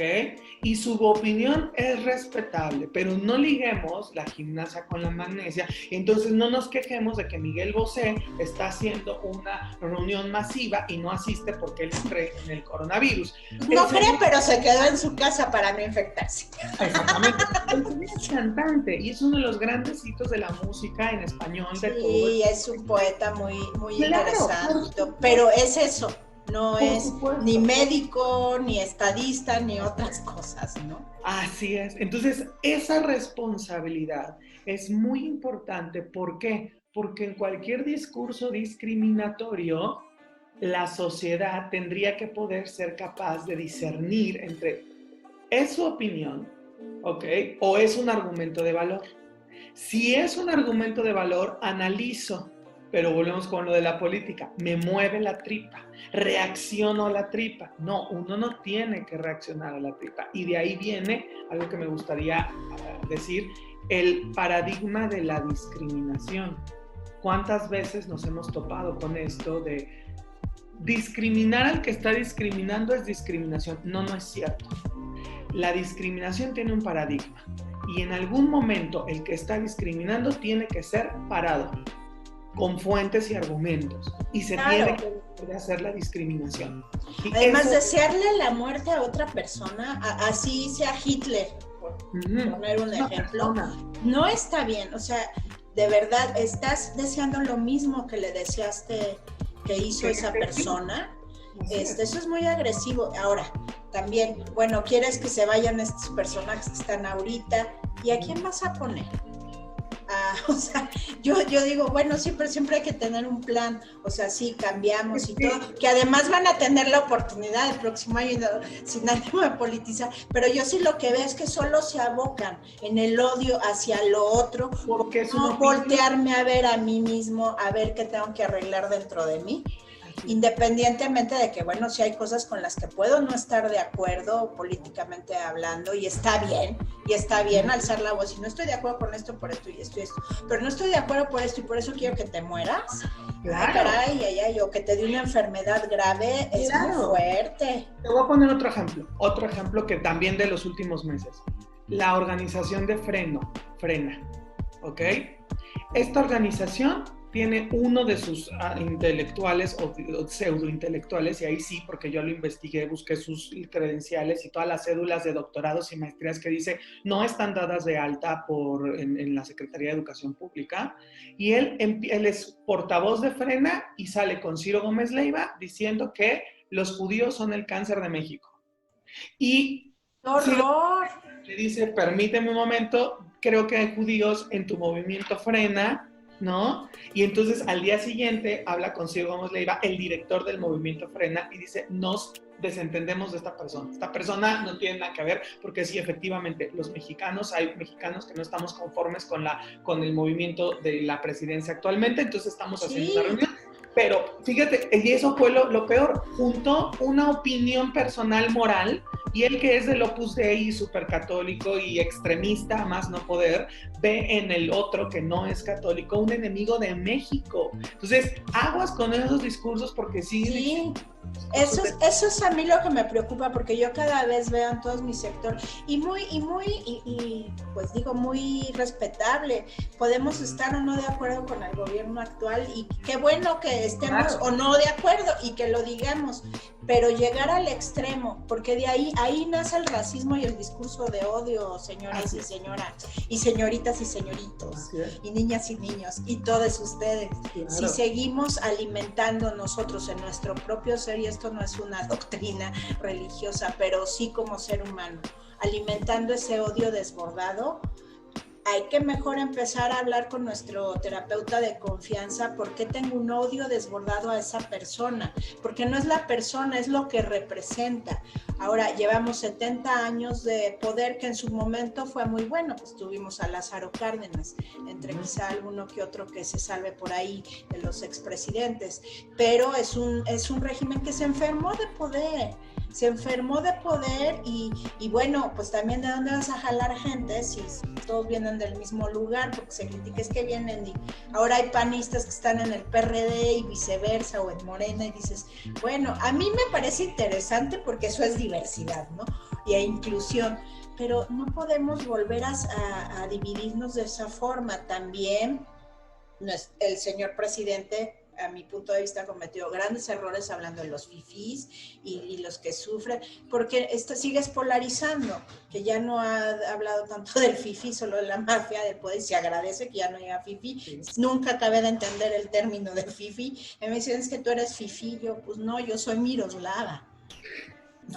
No, yo no soy fifí, yo soy Miroslava, y pues no sé a qué se refieran con el fifí, que es muy acá. Pues yo soy muy acá, yo soy una persona trabajadora, y trato de hacer mi mejor esfuerzo y de entender al que es diferente a mí, y que podemos tener canales de comunicación, pero sí es muy preocupante que se lleguen a estos extremos. Ahora también el extremo de, bueno, ahora vamos a quemar en leña verde a Chumel, hablando de ese tema, porque hizo eso, sí, cometió un error muy grave, y qué bueno que se disculpó, era lo mínimo que podía hacer. Atentó contra los derechos de un menor, y eso no se debe de hacer, pero luego quemarlo en leña verde y hacer un escándalo, yo en lo personal, y seguramente voy a ser muy criticada por esto, y está bien, qué bueno que no piensan igual que yo, me parece muy bien, pero a mí me hubiera gustado ver ese foro. Sí entiendo que hubiera sido un poco como incongruente ver a un personaje como Chumel ahí, pero si tomamos en cuenta lo que tú ya explicaste, el comediante va a tener un guionista atrás, no necesariamente él es su guionista. Entonces, ir a oír una postura de alguien que repite guiones de otra persona que tienen estas tendencias, hubiera sido muy interesante. Que total se hizo el foro de manera independiente y estuvo muy interesante. Hubiera sido muy interesante en CONAPRED haber escuchado eso, porque seguramente iban a tener moderación, creo que la misma presidenta iba a hacer. Entonces, obviamente, si había algo fuera de contexto, pues le iban a poner un alto. Es más, qué valiente Chumel que se iba a aventar a entrar al escarnio público, ¿no? Porque sabe que lo que no estaba bien, o sea, de ese nivel, porque supo. Y lo que me da mucha tristeza es que se haya llegado al extremo que, y lo cual yo sí le aplaudo a la presidenta que dijo, ¿sabes qué? Sí parece que sí lo regué, es más importante la institución que las personas, lo cual se agradece muchísimo y renuncia. Entonces, pero sí se hizo. A mí lo que me da mucha tristeza es que todo el escarnio que se hizo de Chumel, por un lado quienes lo defendían y luego los que no, entonces se desvirtuó y desapareció la intención de un foro muy interesante, muy importante, para hablar de algo que estamos viendo claramente que lo seguimos sufriendo y fomentando de una u otra forma muchas personas en este país y bueno, en el mundo ni se diga, y eso quedó en segundo término porque fue lo que hizo y entonces vamos contra él, con twitters también de la señora esposa del presidente, o sea, ya se disculpó, bueno, ya, ¿no? O sea, sí, qué terrible, pero entonces se desvirtúa todo. Pero ¿sabes por qué pienso yo? Porque también es muy doloroso. Por eso, ¿por qué no se movió nada? ¿Por qué ya no le movimos nada y ya se quedó así como sociedad? Porque fue por culpa de la sociedad. O sea, también hay que dar la responsabilidad de estas entidades. Saber que las instituciones y la sociedad no son eternas ni son correctas porque están conformadas de personas y las personas nos equivocamos. Se vale perfectamente equivocarse y se vale renunciar y como se vale pedir perdón. Pero ¿sabes qué es lo que también pienso que como sociedad no se mueve? Porque debe de ser muy molesto seguirle rascando la llaga y la herida de Chumel para darte cuenta que al final Chumel es el reflejo de la sociedad mexicana que es colorista y que es discriminatoria. Totalmente. Entonces, va a gustar vernos reflejados en una persona con un juicio tan reducido, personal, como lo es él, porque así somos la mayoría. Sí. Porque además hay que acordarnos que tú lo has dicho en varios momentos ahorita, hay que ver el contexto histórico de la persona y bueno, si alguna vez Chumel nos llega a ver, que me crea que esto no es personal de ninguna manera, al contrario, sino ni estamos intentando ser peyorativos de ninguna manera. Sí considero que a veces sí sus chistes sí pueden dañar a otras personas, pero yo creo que también aprendió de esta experiencia para hablar con sus escritores y guionistas y, oye, pues sí vamos a hacer como algo que le dijo, no, hagamos algo más inteligente, ¿no? Pero lo que sí es importante es ver el contexto. Bueno, es un comediante, como tú bien lo dices, un comunicador que a veces es simpático, es mordaz, pero que en su misma mordacidad y sagacidad se nota sus limitaciones culturales, y eso lo traes desde tu casa, de todos los estudios que has recorrido, el criterio, eso te lo da el estudio, y él, bueno, ha tenido ciertas limitaciones en ese aspecto, y luego sí siento que se meten no lo he visto mucho porque tampoco es mi target, ¿no? Pero sí, pues no tiene a veces mucho contexto, mucho argumento, y ahí se nota que tiene un guionista detrás. Y está bien. Y la verdad lo que ha hecho con esas herramientas que tienes, pocas o muchas, ha sido interesante hasta donde ha llegado, ¿no? Pero bueno, yo espero que sí haya aprendido de todo esto por su propio bien, ¿no? Y el de sus hijos o las personas con las que se rodea. Y es que pienso que esa parte del desconocimiento, que al fin y al cabo, lo decíamos al principio de la clase, de la plática de hoy, es ignorancia. Y la ignorancia te ciega y también te impide ver que a veces estás entrando en territorios que ya no te competen o que lo estás tomando en una mala praxis.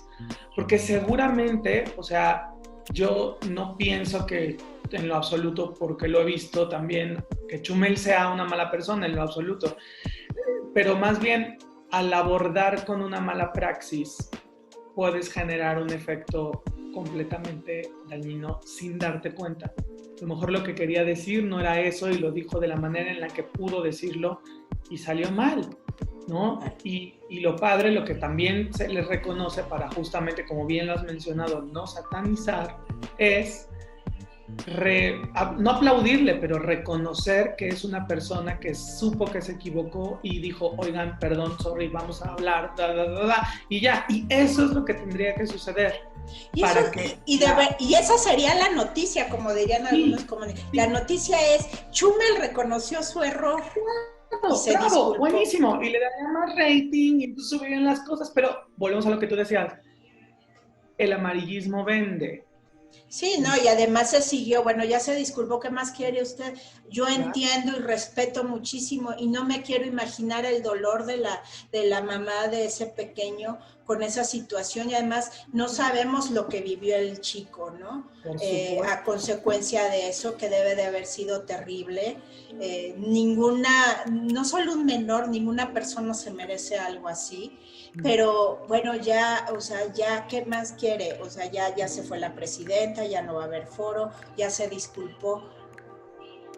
Tal vez, como decías, ¿no? Del holocausto, ¿cómo contabilizamos el daño que se hizo y cómo se resarce el daño?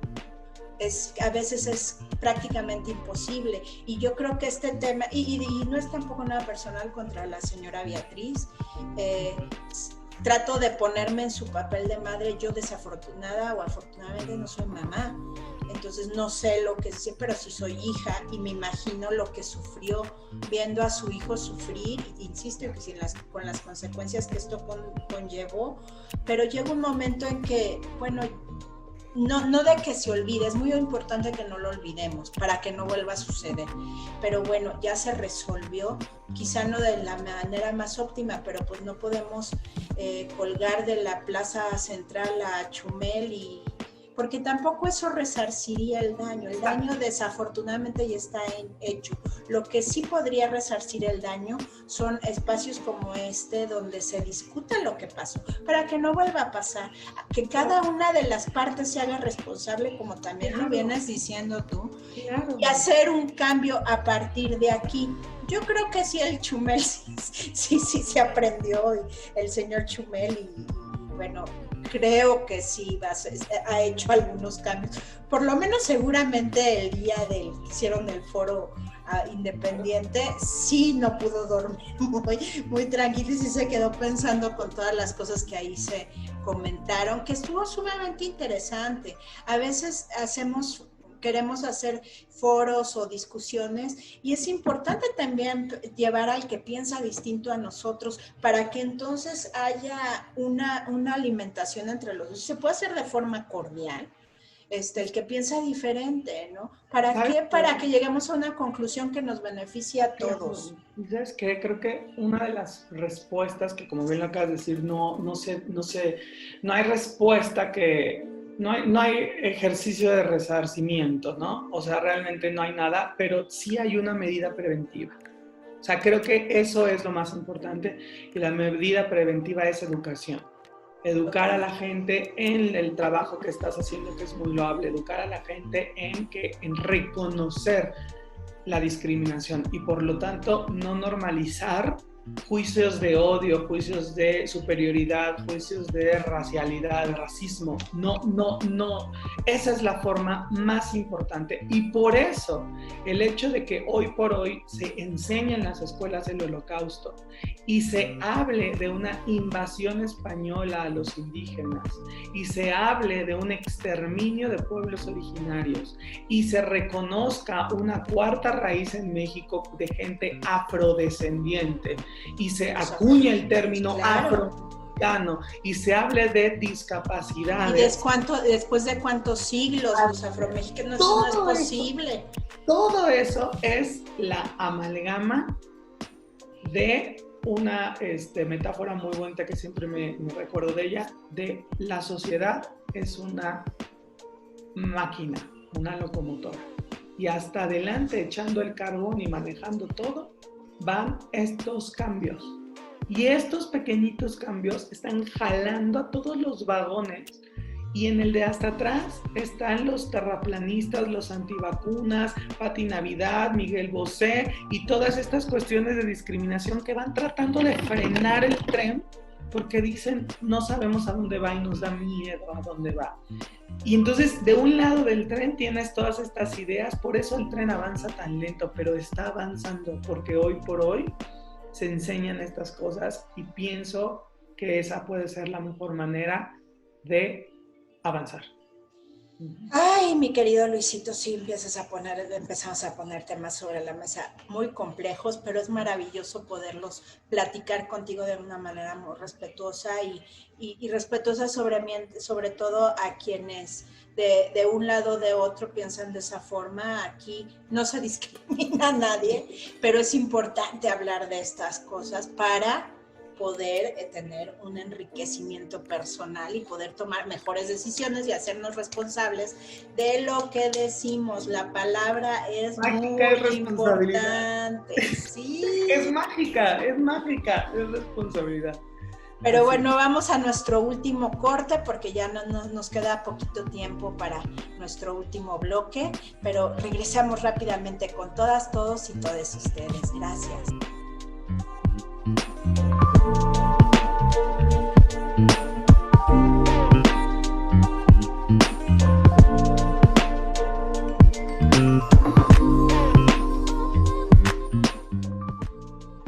Y tristemente entramos a nuestro último bloque con nuestro querido doctor Luis Huitrón.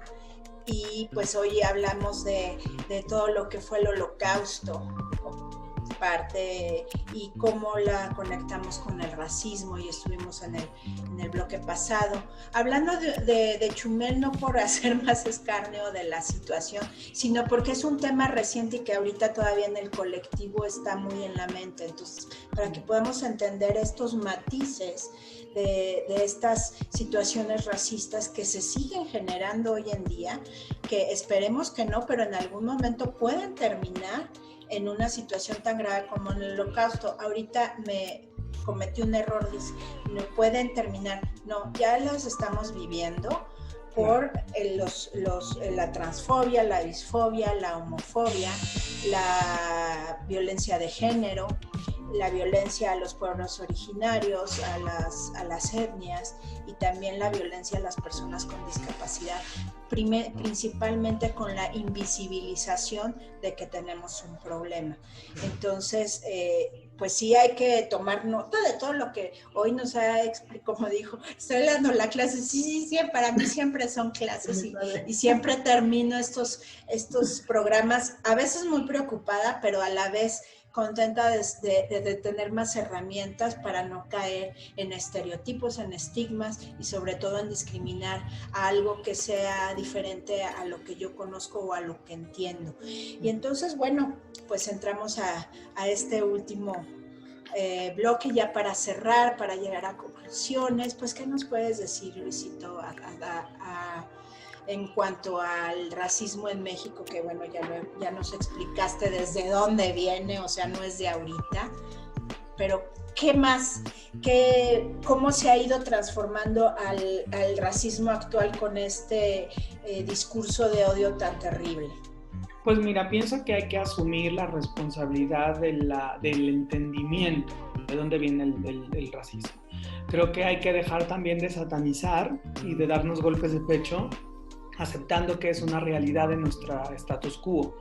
Creo que hay que reconocer que por sí mismo el ser humano ha sido racista desde épocas de las cavernas y que el racismo ha sido una parte de los medios de control, llámalo institucionales, gubernamentales o religiosos, ¿no?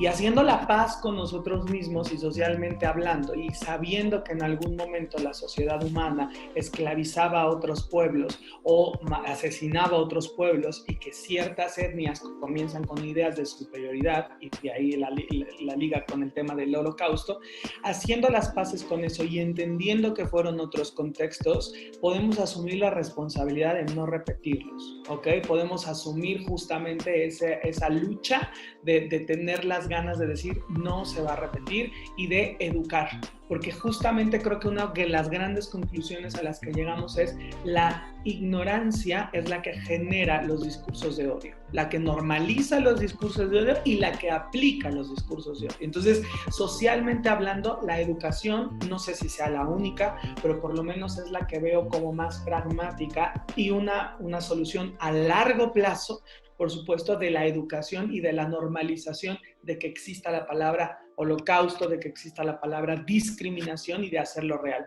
Claro que es muy fuerte socialmente hablando y claro que son temas que no nos gusta, pero es hablar del elefante blanco, ¿no? ¿Por qué no hablamos de política o de religión, como en muchas familias, ¿no? Que me decían, de política y religión no se habla en la mesa. ¿Por qué no?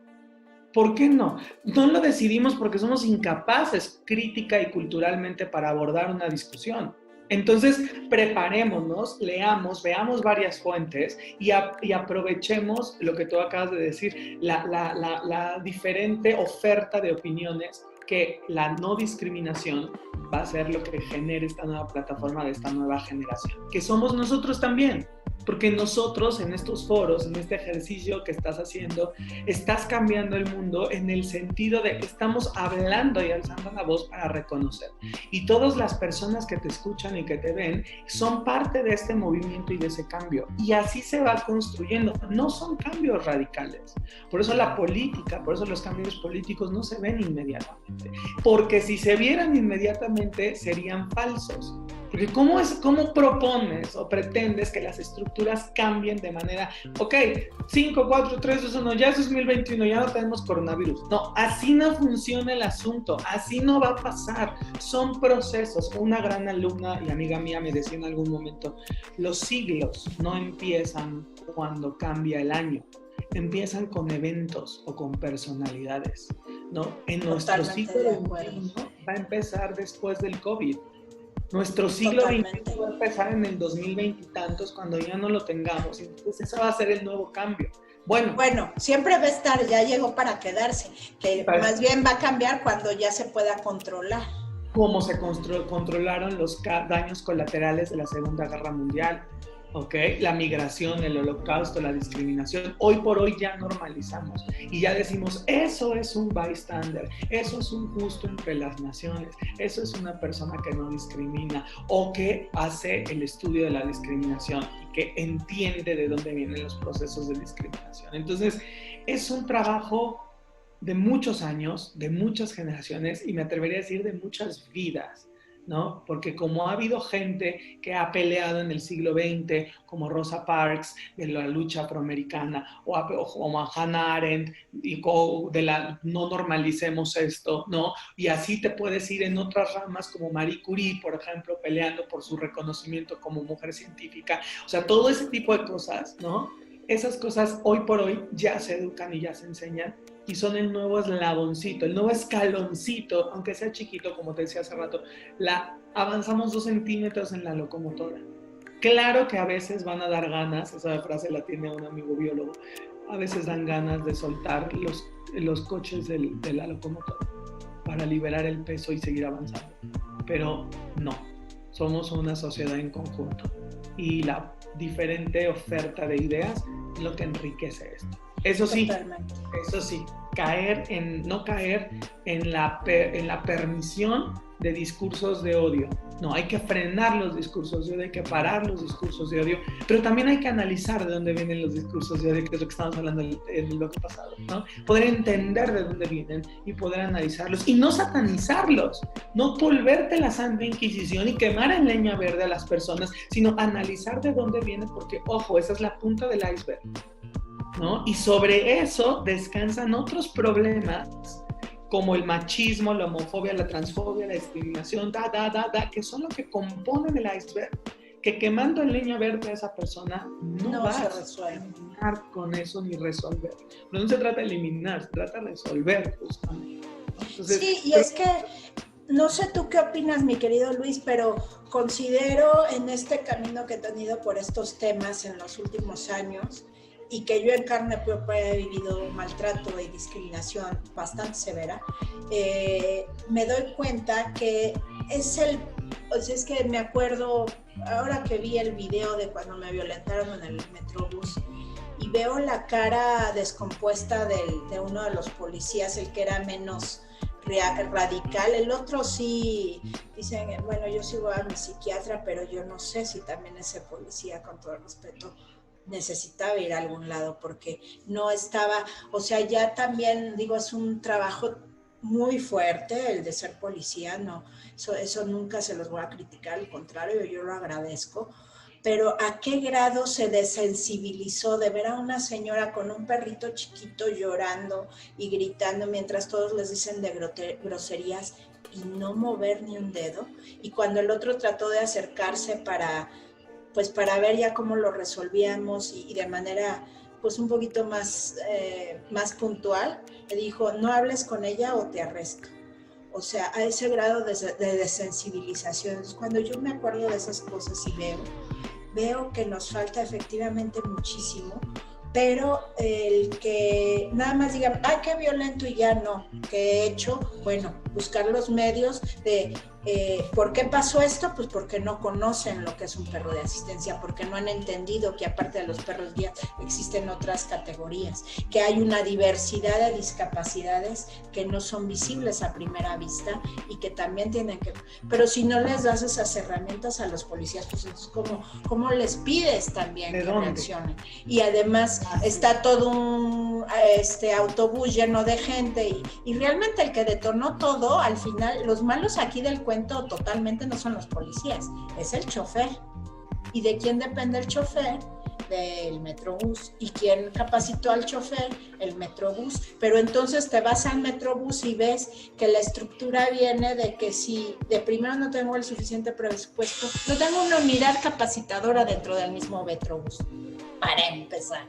Y además, pues resulta que es una concesión y luego resulta que si voy a hacer cambios internamente en el Metrobús, tengo que pedirle permiso a CEMOVI y en lo que todo el cuerpo se mueve. Y entonces te das cuenta que estás en medio de una burocracia y no estoy defendiendo a ninguna de las partes.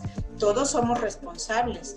Entonces, bueno, ¿qué vamos a hacer? ¿A quemar en leña verde a los policías y ya, y al chofer? No, hay que buscar soluciones. Por eso son tan importantes las quejas ante COPRED o CONAPRED, para que haya medidas de no repetición. Y bueno, ya ahorita afortunadamente va a haber capacitaciones a los policías, a darles las herramientas. Ahora ya tienes todas las herramientas, si sigues actuando así, entonces sí, igual y si pensamos en la leña verde, ¿no?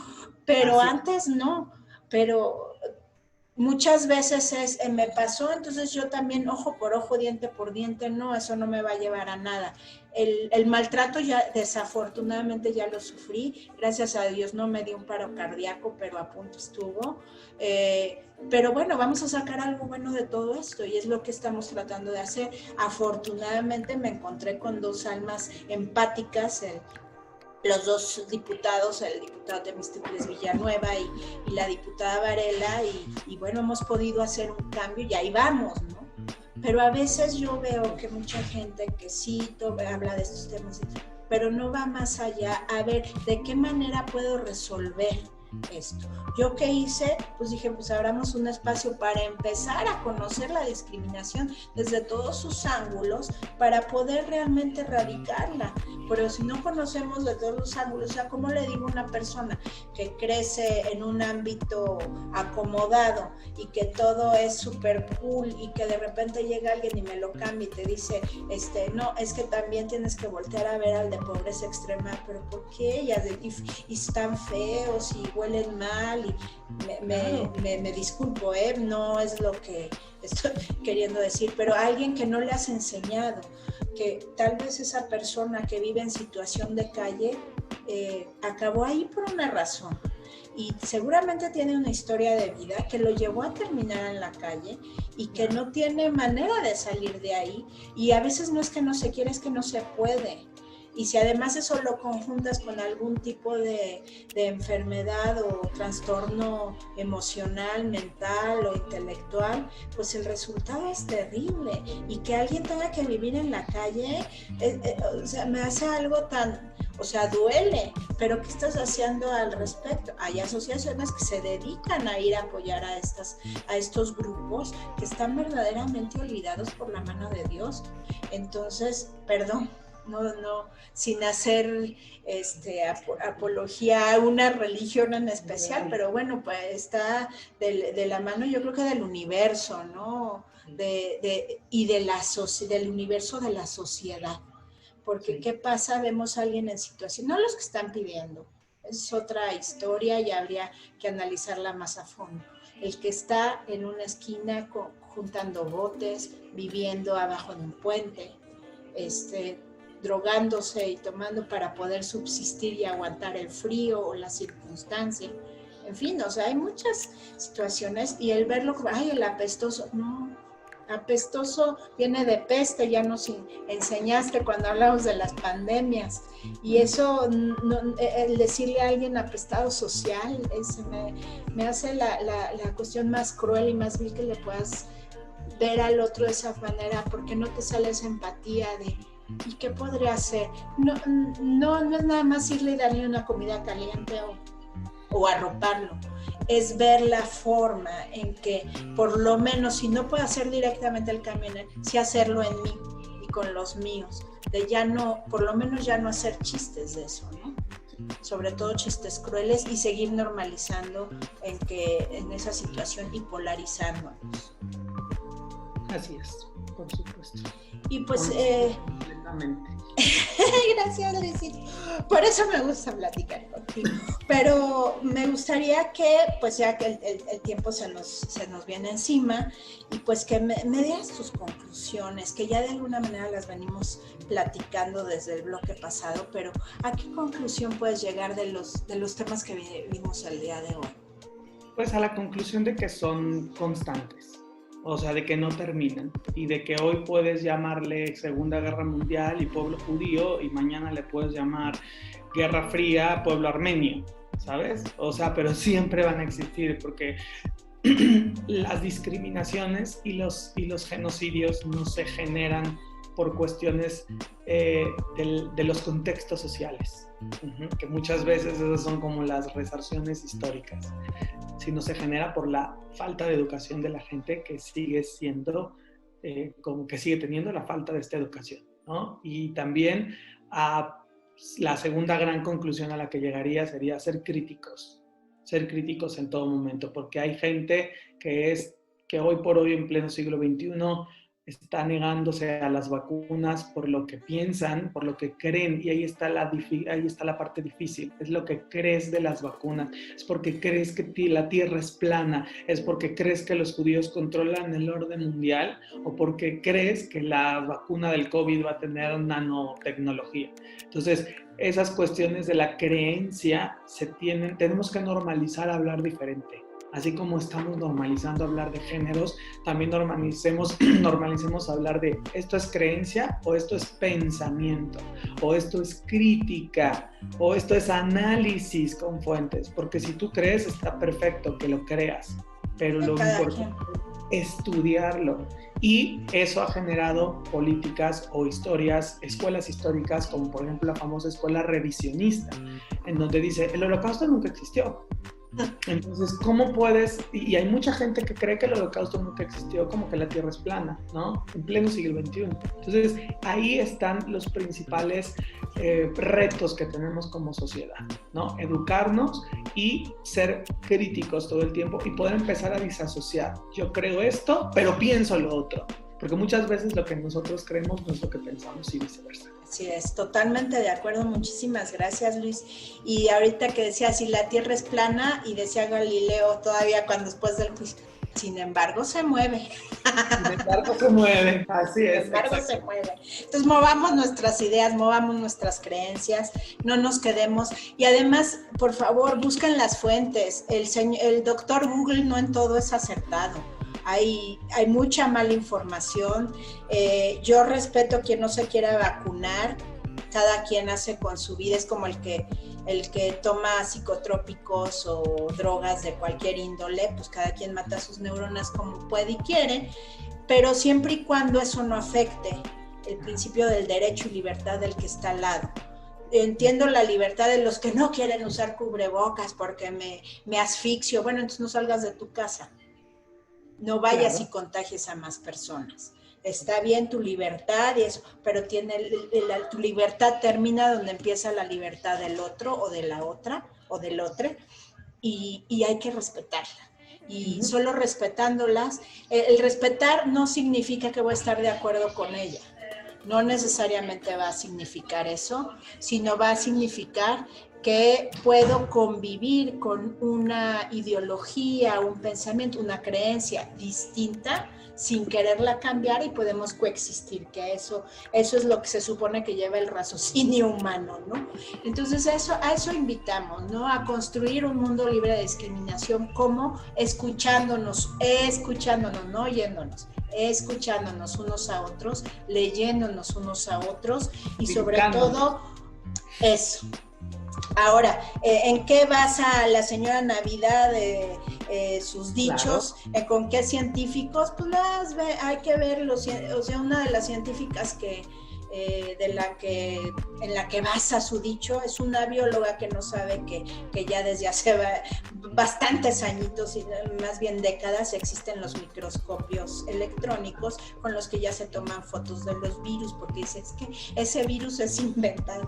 Bueno, pues entonces, primero hay que ver en qué escuela estudió, sin ánimo de discriminar escuelas, pero pues si vienen de la Universidad de Ciencias Ocultas, que sí existe, por eso lo digo. Sí, no es discriminar, es criticar. Es ver tus fuentes. ¿Dónde estás sacando eso? Porque entonces, lo que dices puede cambiarle la vida a muchas personas.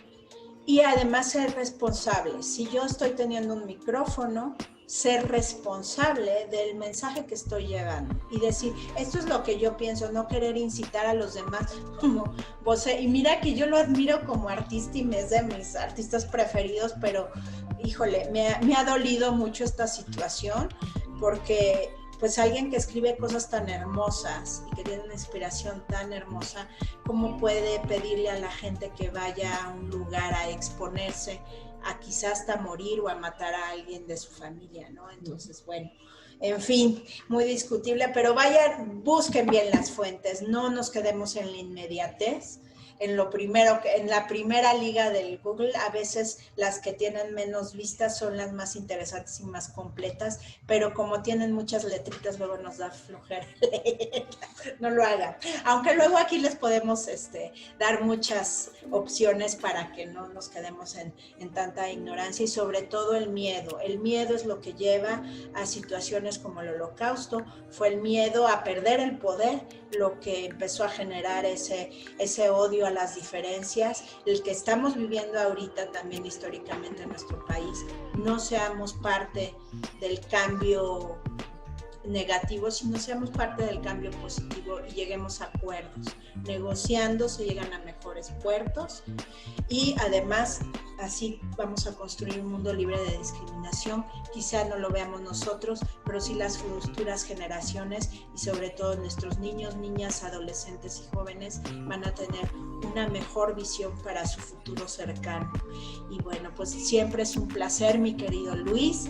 A continuación vamos a poner todas tus redes sociales para que tomen nota, y espero muy pronto volver a tener el placer de que nos des otra clase magistral de algún tema sobre discriminación, porque de veras tú nos has dotado de mucho conocimiento importante para entender cuando nos damos cuenta que estamos cayendo en una actitud no adecuada, de dónde viene, porque no todo es nuestra responsabilidad, pero a partir de hoy sí puede serlo y tiene que serlo.